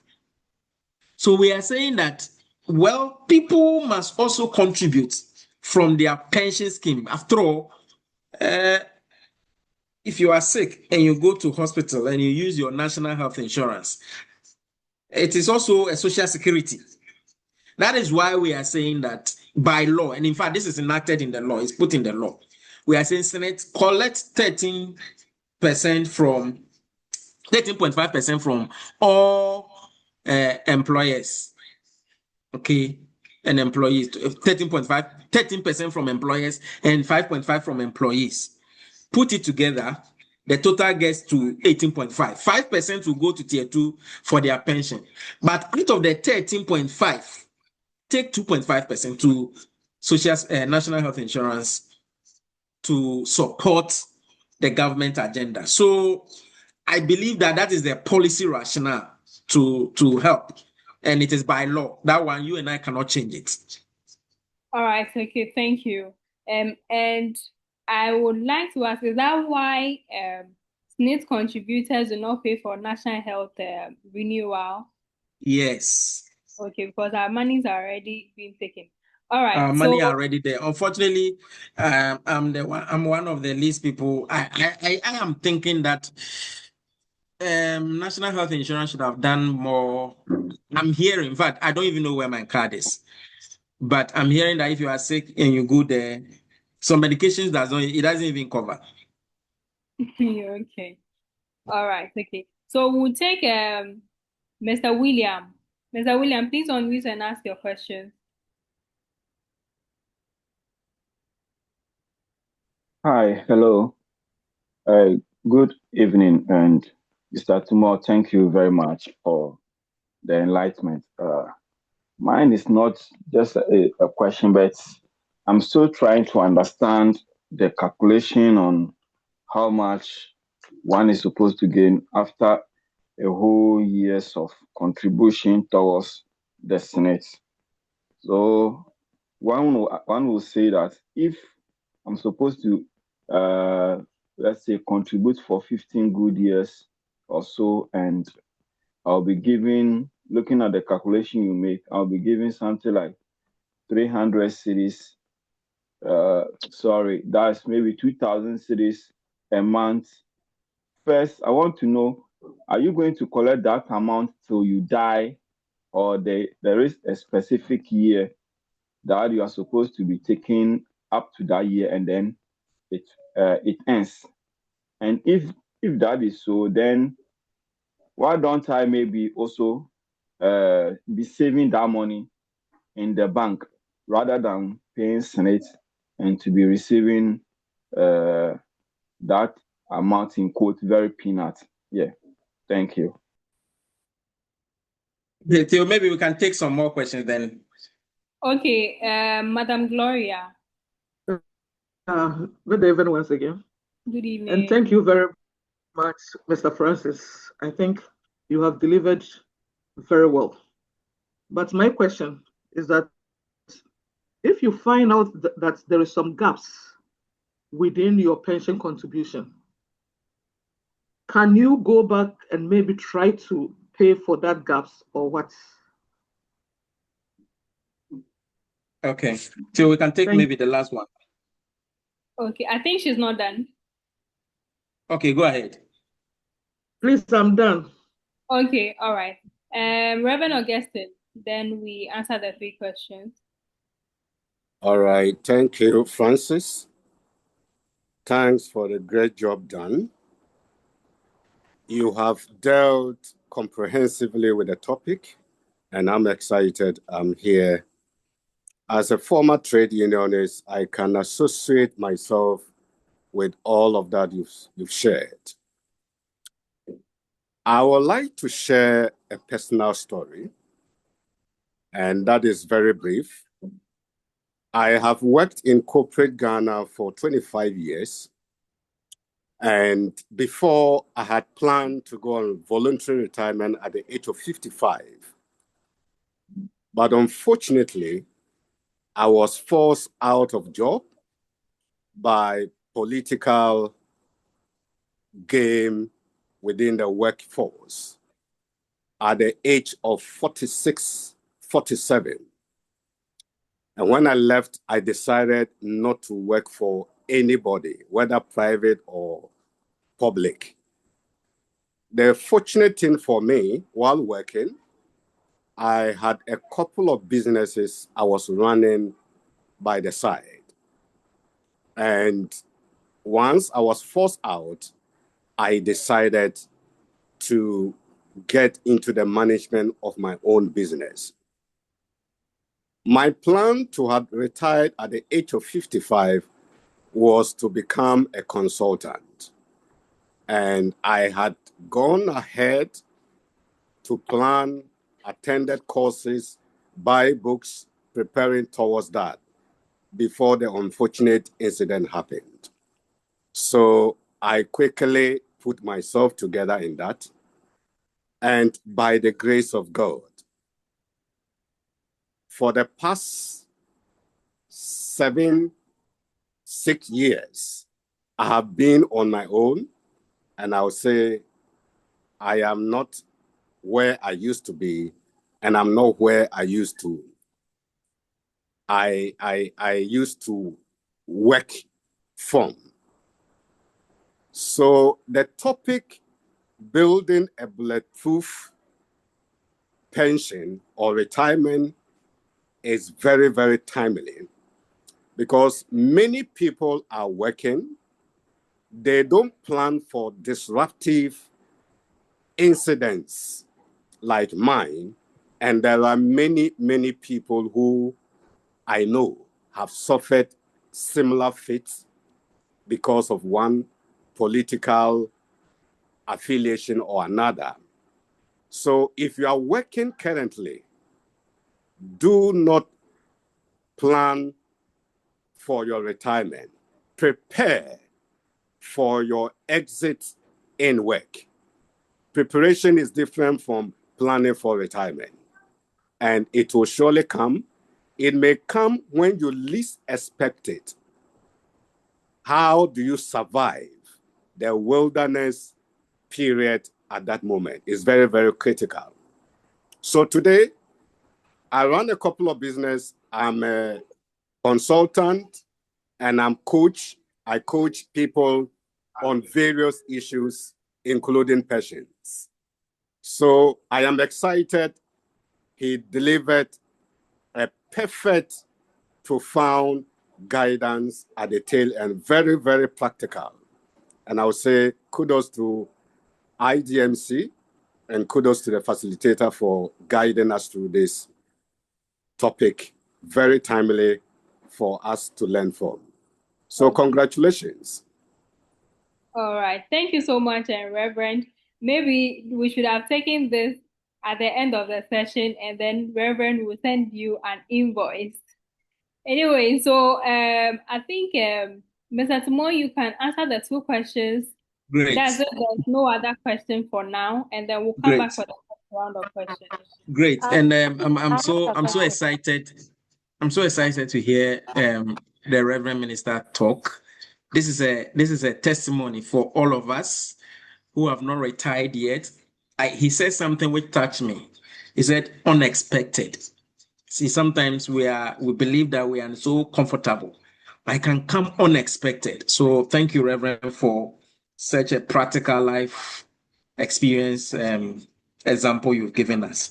So I think the first question was, what happens if there are gaps? Indeed, if there are gaps, please run to your employer, the person who employed you, let them go and fill that gap for you. And when they make the payment for you, they are likely to pay some penalties, administrative penalties, but that is not your problem. The obligation is on the employer to do that. So please obtain your statement, and then you can identify the gaps, talk to the HR, and tell them that this month you received salary, but your SNE didn't go through. So they should quickly go and fix it for you. And it adds up to your pension right. Somebody also asked, what happens if he dies? So normally, what SNE says is that if you don't die In other words, after retirement, and if you don't die after 75 years going, they'll pay your monthly pension till you die. But if you die before 75, then the remaining years will now be paid to you as a survivor's lump sum to you, to whoever you nominated in your pension statement or your pension nomination. We call it a nominee. So whoever you nominate, then they'll pay that money to the person. Then another person also asks a question: why the pensionable right? So I don't know whether you can see my screen. This is how Senate calculates. So what they are saying is that your pensionable right or your pension right is the minimum. In fact, the minimum contribution they will take is 180 months. So 180 months grants you the entry point. You get 37.5, right? And every year you do, you get 1.125% additional right. And the maximum they accept is 420 months. So that is largely 35 years. That's it. So the minimum is 180 months, and then the maximum will be 420 months. So that is how they calculate it. Yes, you said that you go and invest. You can do that. But remember, if you are an employee, the tier 1 is mandatory. So you don't have a choice. If your employer refuses, they will arrest them.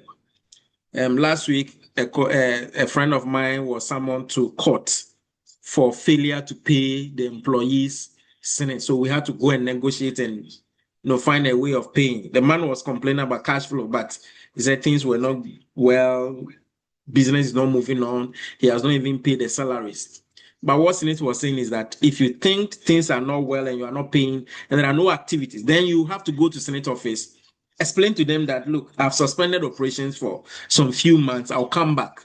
Then they will know that contributions are not coming in for the employees. What is dangerous is if the employer refuses to pay at all.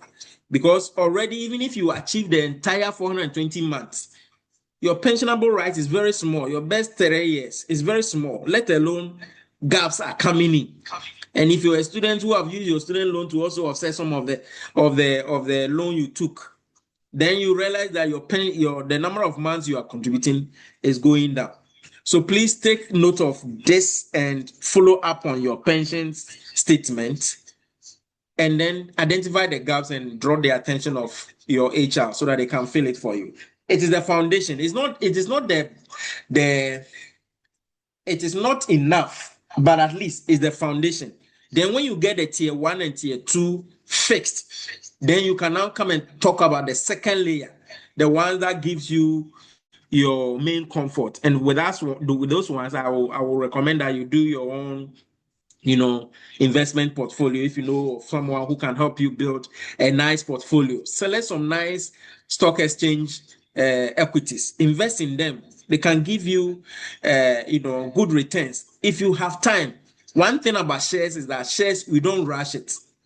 Put the money there and forget about it. 10 years down the line, something you bought at 2 cedis can be sold around 15 cedis, and then you make a lot of gains. Okay, Theo. All right, so I saw Madam Ruby's hand up. Madam Ruby, then Madam Victoria. Okay, thank you very much, IDMC, for this nice initiatives that you bring along as we go. Please, this is to Timore. I bought some shares about 20 years ago. I got some 2 dividends, and then I changed address. Then I was in school, and I've not received anything, any communication, anything at all again since then. And then I don't know where to start or to go about it. And so if you can help, and if I can get your contact after the presentation. Great. So the first thing is that let's look for the company. I mean, again, then also, yeah, my SNIT contribution along the line, deductions were being made, but my account wasn't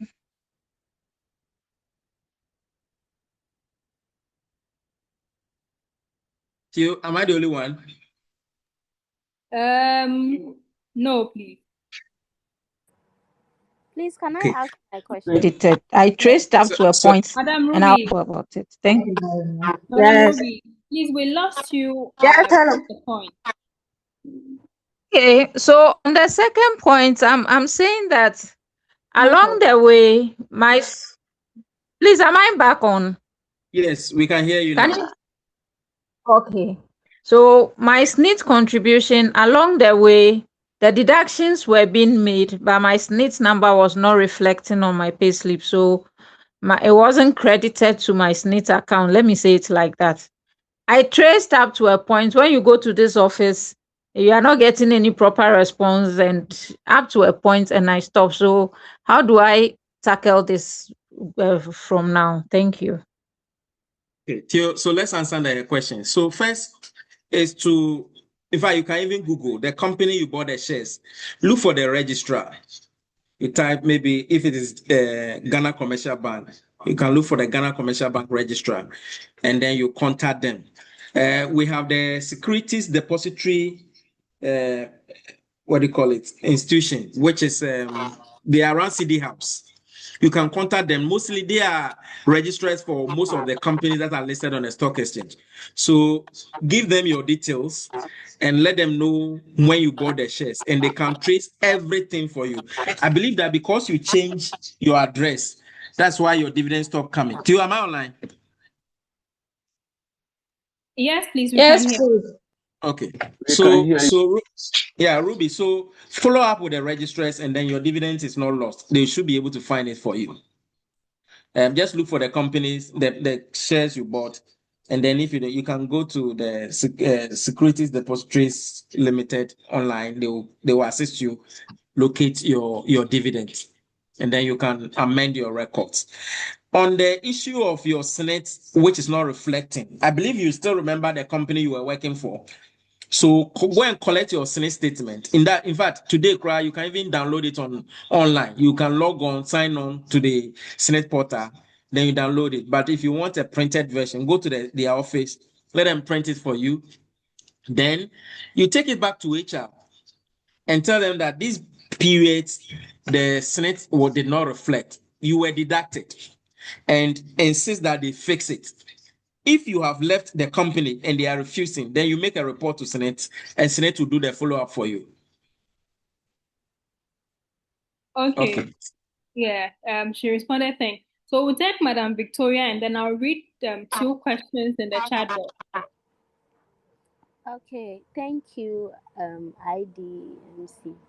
Please, my question is, I don't receive salary. I'm a fashion designer. So with that, what can I do to pay my SNIT? I don't know if you get me. Great. Yes, we heard you. So, Victoria, there is a voluntary, there is a Senate informal scheme which you can do. This one is for people who are not in a formal fixed employment environment, but they still want to contribute. So if you want to enroll on it, visit any office near you, and then they will enroll you. Then you do your personal contribution to the Senate scheme. The informal scheme is there. Besides, if you think that you don't want the Senate informal scheme and you want to do the voluntary one, in fact, that would be also another option. You can visit any of the registered trustees. You can Google online, or you go to the MPRA website, and then you pick their details. Any of the registered schemes, you go there and say you want to contribute to tier 3, or you want to do the provident fund, and they will register you, and then you'll be contributing to the provident fund. Nowadays, people even pay with Momo, so it is not difficult doing the contribution at all. So any of them will work for you. Okay. So I'll go ahead to read the question in the chat box, and then you respond to them, please. Mr. Ajay is asking, if he's at age 50 and he doesn't have anything built yet, what steps should he take, and what type of building should he build?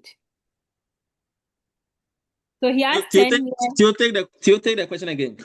So I think all he's trying to ask is that he has 10 years to retire.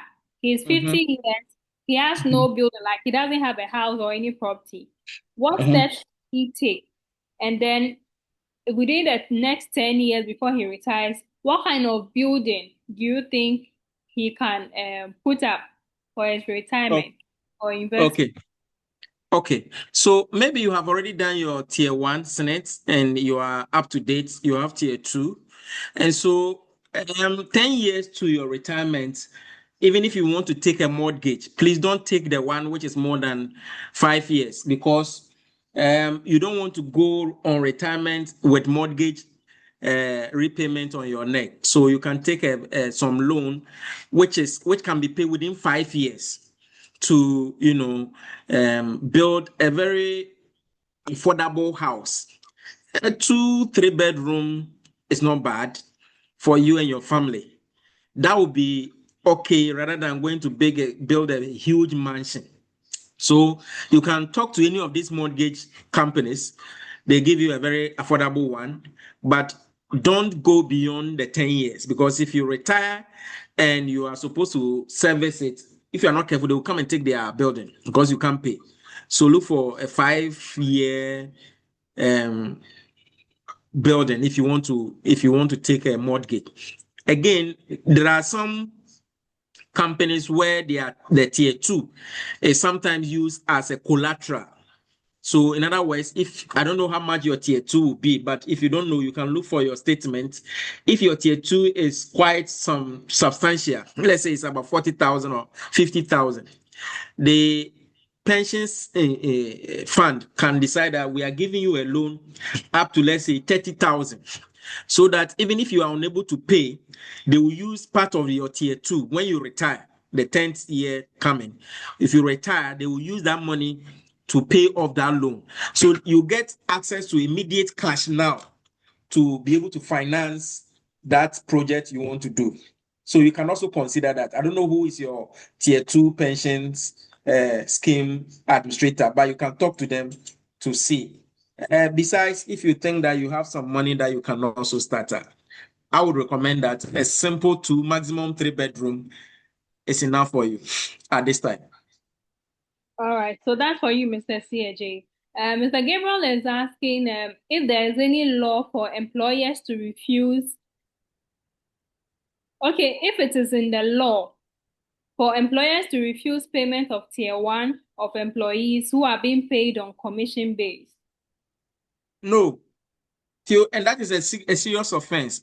If we can establish employment relationship between you and the person, the law requires that you must contribute to the person's pension. Tier one must go.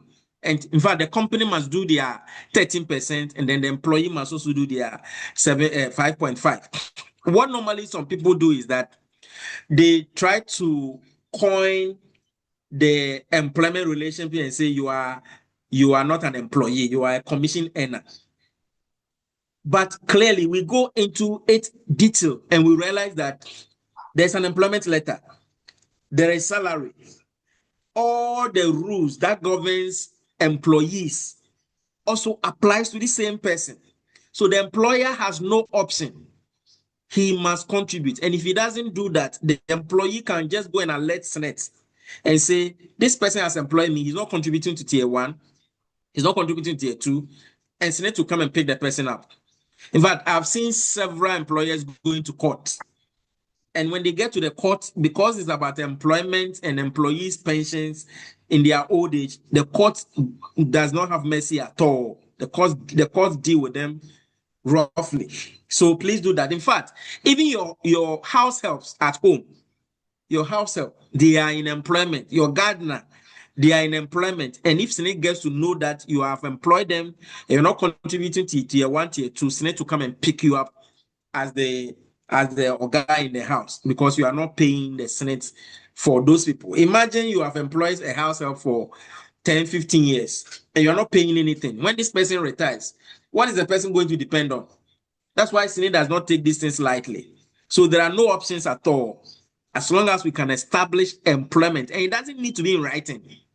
So long as we can see or we can sense or we can read meanings into it and say, oh, this person has been employed by so and so, whether you are on a commission or allowance or whatever, Senate contribution must come. So Theo, that is the law. All right, thank you. That's for you, Mr. Gabriel Opon. And then I have the final question in the chat box asking, when you transition between jobs, can one continue their contribution themselves, or how do you go about it? So for tier 1, tier 2, it doesn't stop. So if you transition from, let's say, Unilever and you come to MTN, your tier 2 is still there for you. MTN will come and continue. Normally, what is advisable is that bring what you had from tier 2 in Unilever, because maybe Unilever may have a different fund manager managing the tier 2. Let's say Unilever is using Axis or Petra or United Pensions to do tier 2. When I came to MTN will be using Gold Coast Pension to do it. Go and transfer your tier 2 and come and add it on to this one so that you have everything in one basket. Otherwise, when you retire, it will be difficult to even trace them and say, oh, I have tier 2 here, I have another tier 2 here. Remember, tier 2 is paid on retirement, 60 years, or when you choose early retirement at 55. They are going to write a check, lump sum, and give it to you. So imagine you left Unilever 20 years ago and they don't know that you have left or you are even on retirement. They will not come and chase you and say, come for your check. It is your responsibility to look for that money and put everything in one account so that when you retire, they will get it. That's for tier 2 and then tier 1. As for tier 1, it is Senate that collects it. So wherever you go, your Senate number is the same and they will pay it into the Senate account. For tier 3, I know some companies, over time, they allow the people to withdraw their money. But again, it's advisable that when you are leaving, transfer it to your new company that you are coming, so that everywhere you go, it moves with you. You are able to build enough reserves when you are going on retirement. Then that one you can take it as a lump sum. Okay, so he updated the question by saying that, so in between the transition, let's say within some period you become unemployed, can you still go ahead to contribute? And then Yes, you can. Yes, then... you can. So in each of them, the only thing is that for tier 1, which is the Senate one, if you become unemployed, remember your contribution month reduces. So that goes against you, but it doesn't stop you. Anytime you can come back. Okay, so please, I will be asking a personal question, but then if you have any question, kindly raise your hand now because we are about wrapping up. Then we know the number of questions we have to answer. So, Mr. Timore, I want to know, is it advisable to invest in the foreign currency for your pension?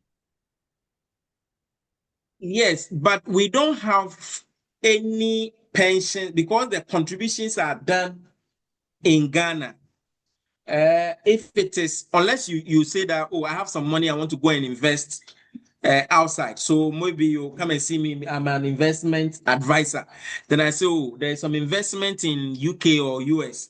Bring the money, let me go and invest it for you. You can do that.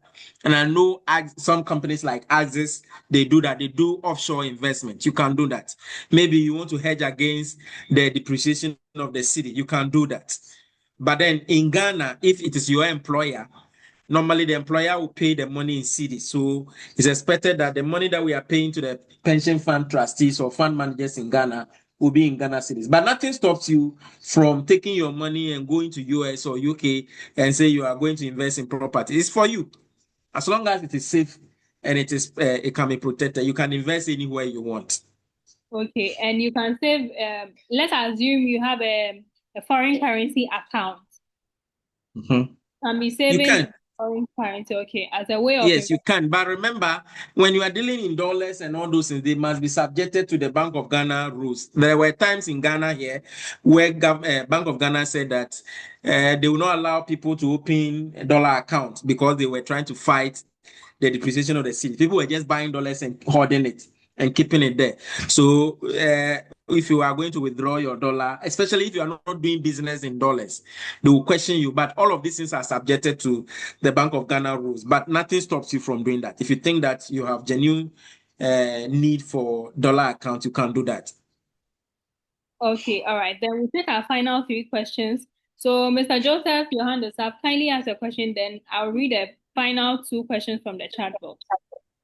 All right, thank you very much, moderator. So my name is Joseph Okanashi. I just wanted to be sure of this. Let's say you're in an agency, okay, and with the agency, it's got to do a bit more with, let's say, your earnings are more of commission based, and you earn so well, but then with your contract, it doesn't state that your employers are to pay Senate and then those tier 2 and then tier 3s for you. How do you go about it? The best advice. Okay, so I want to believe the way you have put it, I want to believe that you are self-employed. If you are self-employed and you are on your own, in other words, you are doing what we call agency. You know, agency, there are different types. You can employ me and call me an agent, even though you are paying me salary. And where I am on my own and I'm working for you. So at the end of the month, if you say you are paying me commission, I have to invoice you because I'm not your employee. If we read meanings into the arrangement that you have with this person, and it is not like two self-employed people working, we will construe your relationship as employment relationship. And take, for example, you are saying you are an agent. You are agency arrangement. And I earn commission. If I earn commission, I should invoice you. You know, so. But here is the case, you don't invoice me. You pay my salary, I'm supposed to come to work. Even the tools I used to work, the laptops and everything that belong to you, they are your own. I come to your office, come and work. I drive your car. Just that the mode of payment is my commission. Trust me, a serious Senate officer will say, Massa, this is not an agency thing, it's an employment in disguise. The whole thing Senate is supposed to do is to protect vulnerable employees. Otherwise, remember 13% is for the employer and it's expensive for him. So it depends on the situation. If you say you are in an agency and you meet a very serious Senate officer, he will say if he's an agency and you are not employing him, then he's a self-employed person. As two self-employed people, they charge themselves, for example, using invoices. We don't want you to hide an agency and cheat this vulnerable employee of his 13%. So analyze the situation well. If it is not an employment arrangement, say so. If it is an employment arrangement, say so and pay the 13%. You can't go corner and cheat someone. Please, am I okay? Yes, sir. Are we yes, on the sir. same page? Yes, sir. I know, and I know exactly what you are talking about. Many people, they do that to avoid the employer 13%. They will use terminologies. Then they will go around the thing. But if I was a Senate officer, I will push you for you to really, really tell me that this is not an employment relationship. Does that apply with the tier 2 and the tier 3 as well? No, tier 3 is voluntary. Tier 3 is voluntary. So in fact, you can even be in an employment and the employer is not it's not by force. But for tier 1 and tier 2, they are by force. You have to. Okay, Thank I you, see sir. Solomon's hand is up. Yeah, Mr. Solomon. Yeah, so just a follow-up to this issue about agency. You know, we have insurance agents. Mm-hmm. Where do you put them? Are they supposed to be paid Senate? I think so. Are they employees? You see, when you say employees, then it becomes ambiguous. For the No, but we should be able to put them somewhere, isn't it? For the agent, they have what we call a target they must meet, and then they earn commission. And even when it comes to their tax component, they pay 10% tax. They don't pay what we call an income tax. So where do you put them? So from what you've They said, don't pay Solomon. income tax. So Solomon, then they are not your employees then. You see, the Senate law says They said employer, they are not what? the Senate law says employer, employee. The mode of payment should not change that legal relationship. Okay. An employer-employee is a legal relationship. You get me, Solomon? It's a legal relationship. And I know exactly what you are talking about. Many people try to go around it and say, they are not my employees. If you can chest out and the terms and everything indicates that they are not employees, then you are free. So you can call me an agent, all right. But I'm an employee. So that distinction must be there. Whoever uses that term, push the person to look at the terms of the arrangement and let them define whether the person is an employee or not an employee. All we are looking for is employer-employee relationship. And that relationship is a legal definition. Solomon, are we on the same page? Yeah, we're on the same page. Just a follow-up. Otherwise, we're going to have challenges, okay? Otherwise, we're going to have challenges. And I like the way Senate takes that position. So Senate is saying that even if you have a domestic worker in your house who does your cleaning, who does everything, it can be daily work. In fact, we have instances where people go to construction sites and they are paid daily wage. Senate still sees them as employees. Daily wage means that I mark you per day. If you don't come tomorrow, I won't mark you. If you come the next day, I'll mark you. So if the whole month you work for 3 days, I'll pay you for 3 days. And they are still employees. So that legal relationship must be established. And it will be based on facts and circumstances.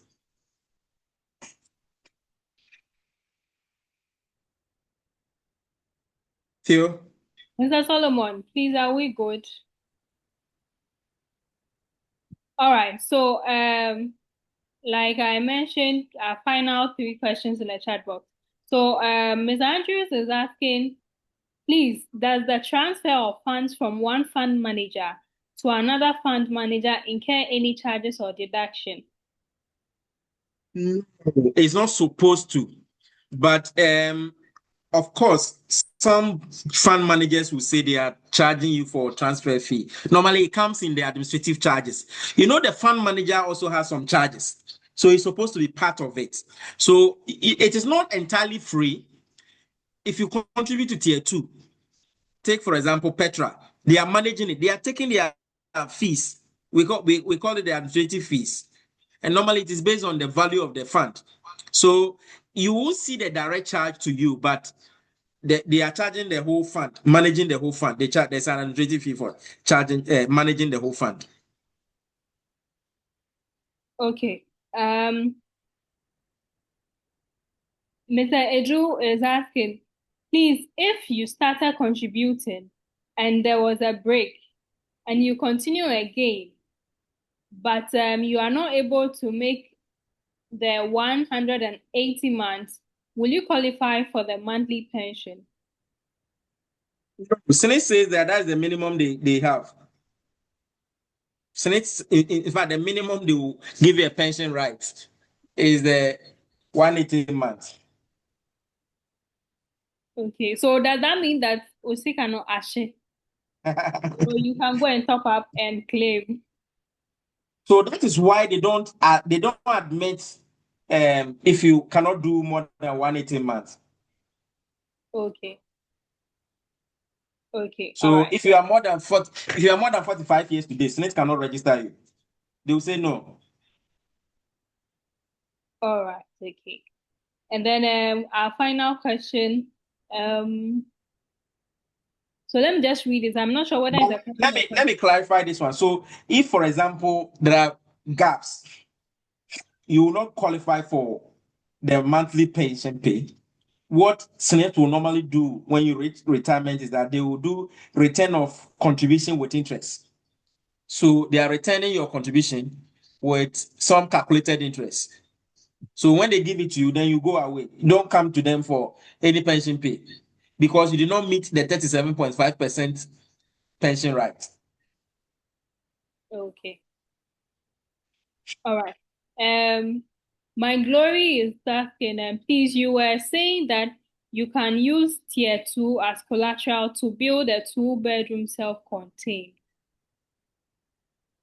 Yes. So a company like Petra has teamed up with some investors. Remember, tier 2 is a lump sum when you retire today. Am I online? Yes, please, you are. If you retire today, they are going to give you lump sum. So granted, I have like 400,000.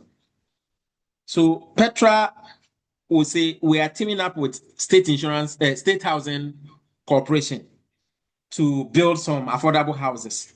But then we have a bank who is prepared to fund it for you. So you take a loan, you'll be paying interest on it, all right. But the tier 2 becomes more like a collateral.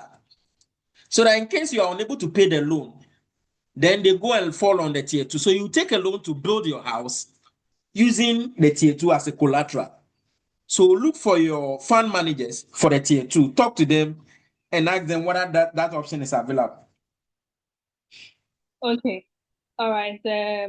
Please, I gave a period for asking questions and nobody was in the hand, but let me just consider Mr. William because Mr. Solomon has spoken. Then Mr. Solomon, you speak after Mr. William. Okay. Thank you for the opportunity once again. I just want to confirm something. So looking at what you are saying, then it means that if, let's assume, you are working in the country here, maybe you have contributed for maybe 86 days, 86 months, sorry, or something like that, you are not up to, and maybe you travel out of the country to go and work in a different country, will you still be able to contribute whilst you are working there just to make up the 186 days, 86 months that is applicable for Senate, or you just have to leave it like that? And what This is the issue, way? this issue has come up, and Senate is saying that the employer must be in Ghana. So if you go outside, who is going to pay the monthly pension here? You don't do it by yourself. There's the employer who must do it. The easiest approach would be that if, for example, you are working with which company do we have in Ghana with branches house? Let's say Access Bank Ghana. So if Access Bank Ghana, you are working with Access Bank Ghana, and now you have moved to Access Bank Nigeria. The easiest arrangement you will do is that you allow the Ghana entity to continue contributing for you, whilst Nigeria reimburses Ghana. So under that circumstance, you are still under the umbrella of the Access Bank Ghana because it is an employer-employee. But where you just left and you went to UK, there's no employer. How will Senate get the monthly contribution? Do you get a point? Is that Solomon who asked the question? No, this is William. I get your point, William. but I'm looking at it from, let's assume, as I think one of my sisters asked that, oh, she's into fashion design, and if she wants to contribute to Senate, how does she goes in that form, and you give her some guidelines. Can't you also say but that? Okay. William, in your case, you started as an official employer. In fact, Exactly. I haven't seen instances where Senate has converted a formal to informal. But I think it's worth discussing because I know this issue has come up recently where someone was asking the same question. Because if you are coming as an informer, remember the informer scheme? They launched it recently. I think it's less than 10 years ago or so. They launched it recently. Yes. So if you are coming as an informal person, that one, there's no employer. You are doing your contribution. So in your case, maybe if you are in a brochure and you have some dollars, you can come and pay for 1 whole year, then go back. Then come and pay another. For the informal sector, I believe that will work. But where you started as a former employee, there's an employer-employee. Employer was bringing 13%, you were doing just 5.5. Then you want to convert into an informal. I'm here to see that, but it is worth discussing with Senate. Hello. So I think that answers Mr. OPK your question in the chat box as well. And then finally, I think this question has been responded to already. That if you're on probation, I don't know if they're the same as the people on commission and all that.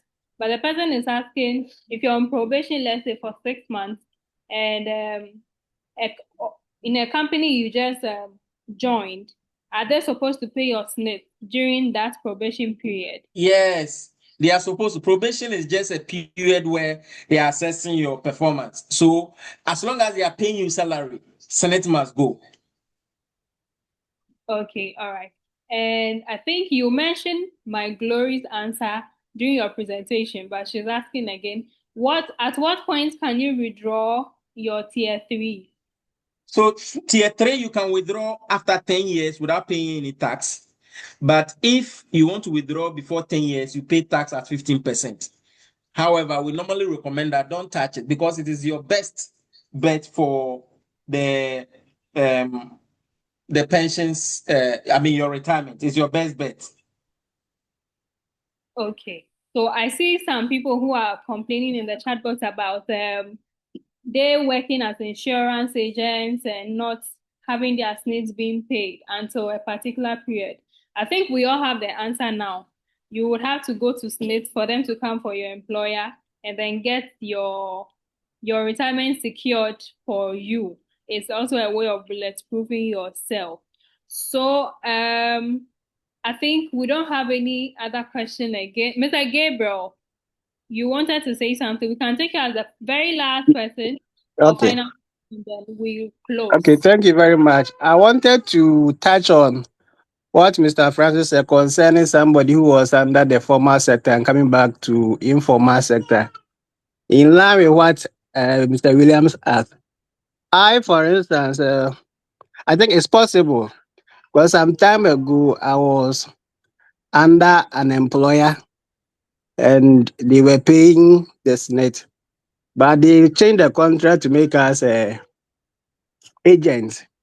So they stopped the payment, but I went to them and they re-registered me as to pay involuntary contribution. And I asked them and they said, when I get a formal employment, I can still continue with the contribution using the same account. So it's possible that you will be under the formal sector to go back to informal contribution. Thank you. All right, thank you so much, Mr. Gabriel Okon. So, Mr. Timore, do you have any final words to conclude? So the final word I want to share is with the 1-year plan that I shared with most of us. And I want to borrow Reverend's words. Retirement is a project. You must work it. So watch out for your first 7 days, the activities that you must do. Look at the next 30 days, what you must do, the next quarter. And then the final one is the yearly one. I believe that if we do all these things, we'll retire bulletproof. Thank you very much for your attention and your engagement. I really enjoyed the questions and then the lessons we've all learned. All right, thank you so much. Please, let's not leave now. We'll take, we have some quick information for everyone from the Director of Trainings and Innovations before we wrap up. But thank you so much, Mr. Francis Timore. It was very great having you. Dr. Intem. Yes, thank you all for joining. Monday, we are going to have a course that will start. There'll be an orientation, a free orientation. You can join. It's on the consultancy, procurement, and supply management. And I listened to the presentation. One thing we can do as a side gig, side job, is to enter consultancy. You heard Revin talking about consultancy. Consultancy is about you using your skills, your time, and I would say your knowledge to help other businesses or to provide service for another organization at a fee, whereby they are not employing you, how do I call it, as a full-time person. So we can say the presenter is a consultant to let's say IDMC. What he comes to deliver and then he leaves. Another organization can call him to come and do something. He does that aside his formal work. And so it's a big thing. And so for those of you who are already working, by the time you are nearing retirement, you would have a lot of experience. He also mentioned that you could start teaching, you could start, giving your knowledge to support other organizations. So I think it's an area you should be interested in. So if you are not too sure whether the course is for you or not, just register on our website, idmcghana.com. On Monday, we'll have an open orientation, free orientation. You can join. And then if you think that, okay, after the first session, you really want to continue, then you can make the payment. Alumni members already know.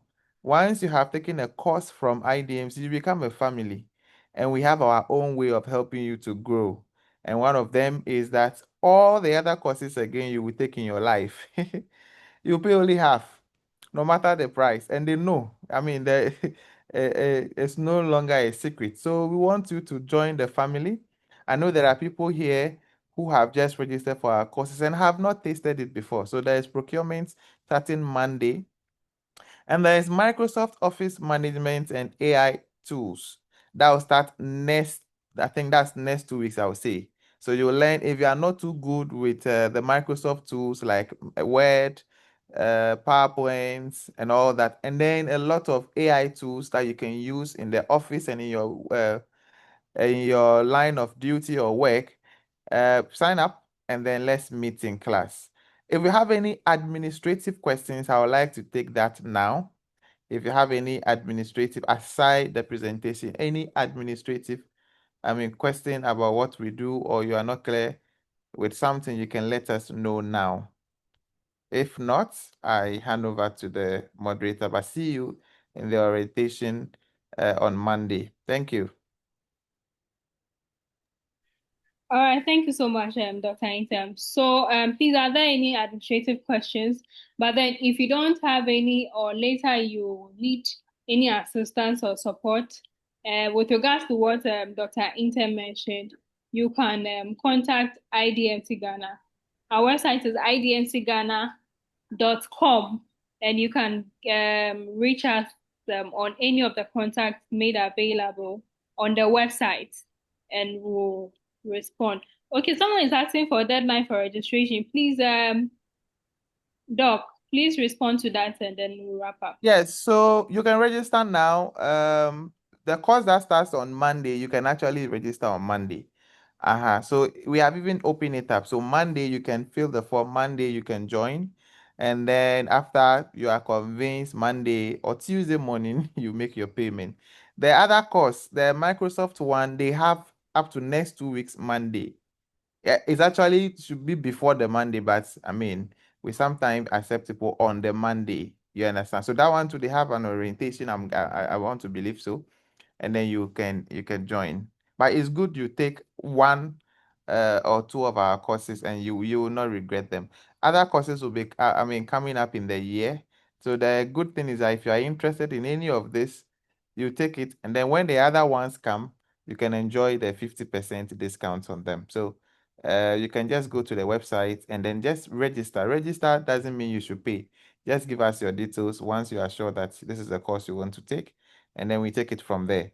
We just like this session, we record our sessions, and once we record, you get access to everything. Yes, but for this class, we are recording, and then we'll make the recording available to you. We'll put it on YouTube so that the world can have access to this. Thank you. All right, so please, the link will be shared, especially if you fill the form to join this dialogue session, so that you are able to watch the recording. So for those who were asking, you can go back and do your SNIT calculations you can go back and if you missed out on how to bulletproof yourself for retirement, some of the key areas, you can go back and then listen or watch all over again. Thank you so much for your time, and thank you so much, Mr. Francis Timore. Please,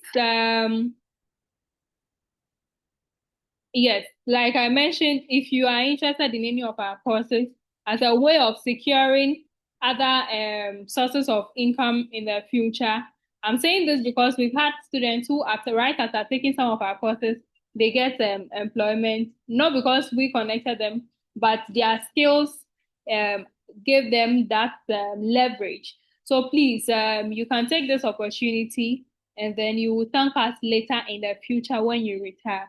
Thank you so much for joining. My name is Theodora Queenin, and it was great having you all.